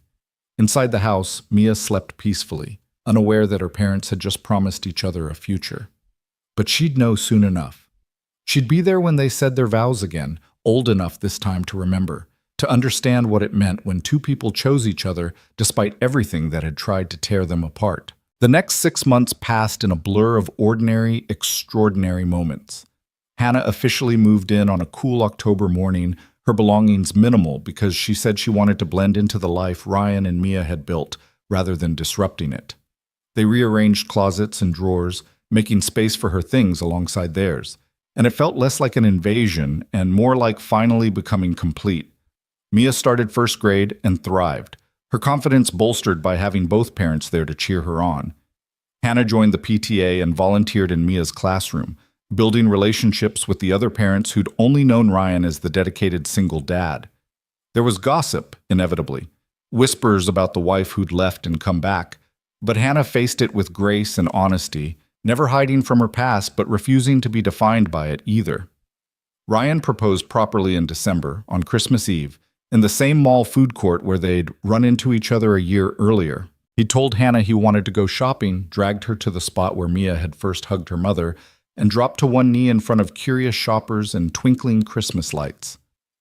"A year ago in this exact spot, you came back into our lives," Ryan said, his voice steady despite the tears gathering in his eyes. "And I thought it would destroy me. I thought I'd never survive having you close enough to lose again. But Hannah, you didn't destroy me. You rebuilt me. You taught me that love is braver than fear, that forgiveness is stronger than anger, that second chances are real if you're willing to fight for them." He pulled out a ring, not the same one from their first marriage, but something new, something that represented who they'd become rather than who they'd been. "Hannah Foster, will you marry me? Not because we're trying to reclaim the past, but because we're choosing to build a future?" Hannah was crying too hard to speak at first. Finally, she managed a watery, "Yes, yes, yes, yes," and Ryan slipped the ring onto her finger while the crowd around them burst into applause. Mia, who'd been hiding behind a pillar with Sarah filming the whole thing, came running out screaming, "She said yes! Mommy said yes!" as if there'd been any doubt. They got married the following spring, in the same church where they'd buried Eleanor, but with all the sadness replaced by joy. It was a small ceremony, just family and close friends, people who'd supported them through the darkness and deserved to celebrate the light. Mia was the flower girl, resplendent in a dress she'd picked out with Hannah, and she took her duties with deadly seriousness. When Ryan and Hannah exchanged vows, they didn't use the traditional words. Instead, they spoke promises forged in fire. To communicate even when it was hard, to ask for help instead of suffering in silence, to remember that being a family meant showing up on the worst days as well as the best ones. "I promise to love you through the darkness," Hannah said, tears streaming down her face, "and to trust you enough to bring you into that darkness with me instead of facing it alone. I promise to be patient when patience is hard," Ryan said, "and to remember that loving you means accepting all of you, the light and the shadow, the strength and the struggle."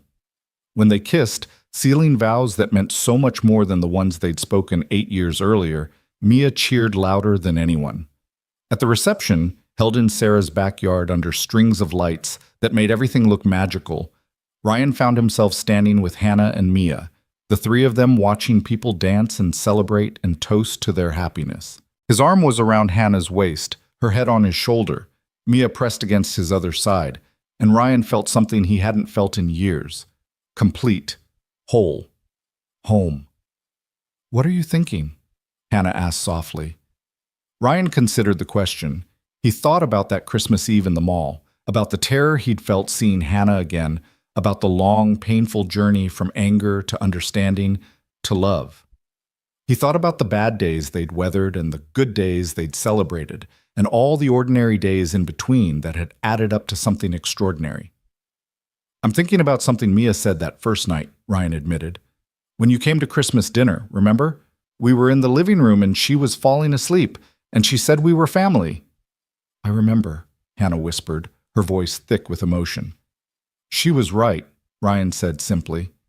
"Even when we were broken and scattered and didn't know how to be together, we were still family.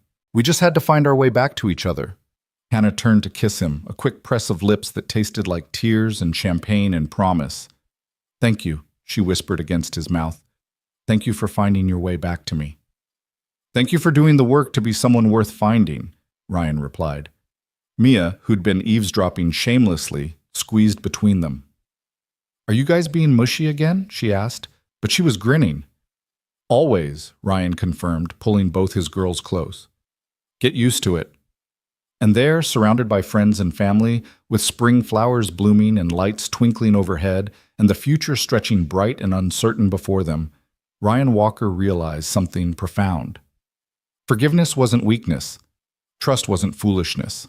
And love, real love, the kind that survived loss and pain and 3 years of absence, wasn't about never falling apart.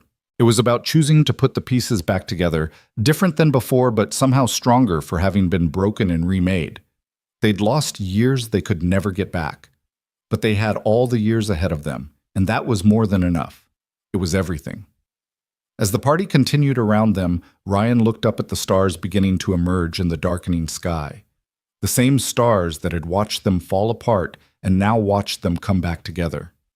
And he made a silent promise to whatever force had given them this second chance. He wouldn't waste it. He'd cherish every ordinary moment, weather every storm, and love Hannah and Mia with everything he had for as long as he lived. The story that began with a little girl saying 2 words in a mall food court, "We're family," had come full circle. Because Mia had been right all along. They'd always been family. They just needed time, healing, and the courage to fight for each other to remember it. And now, finally, they were home.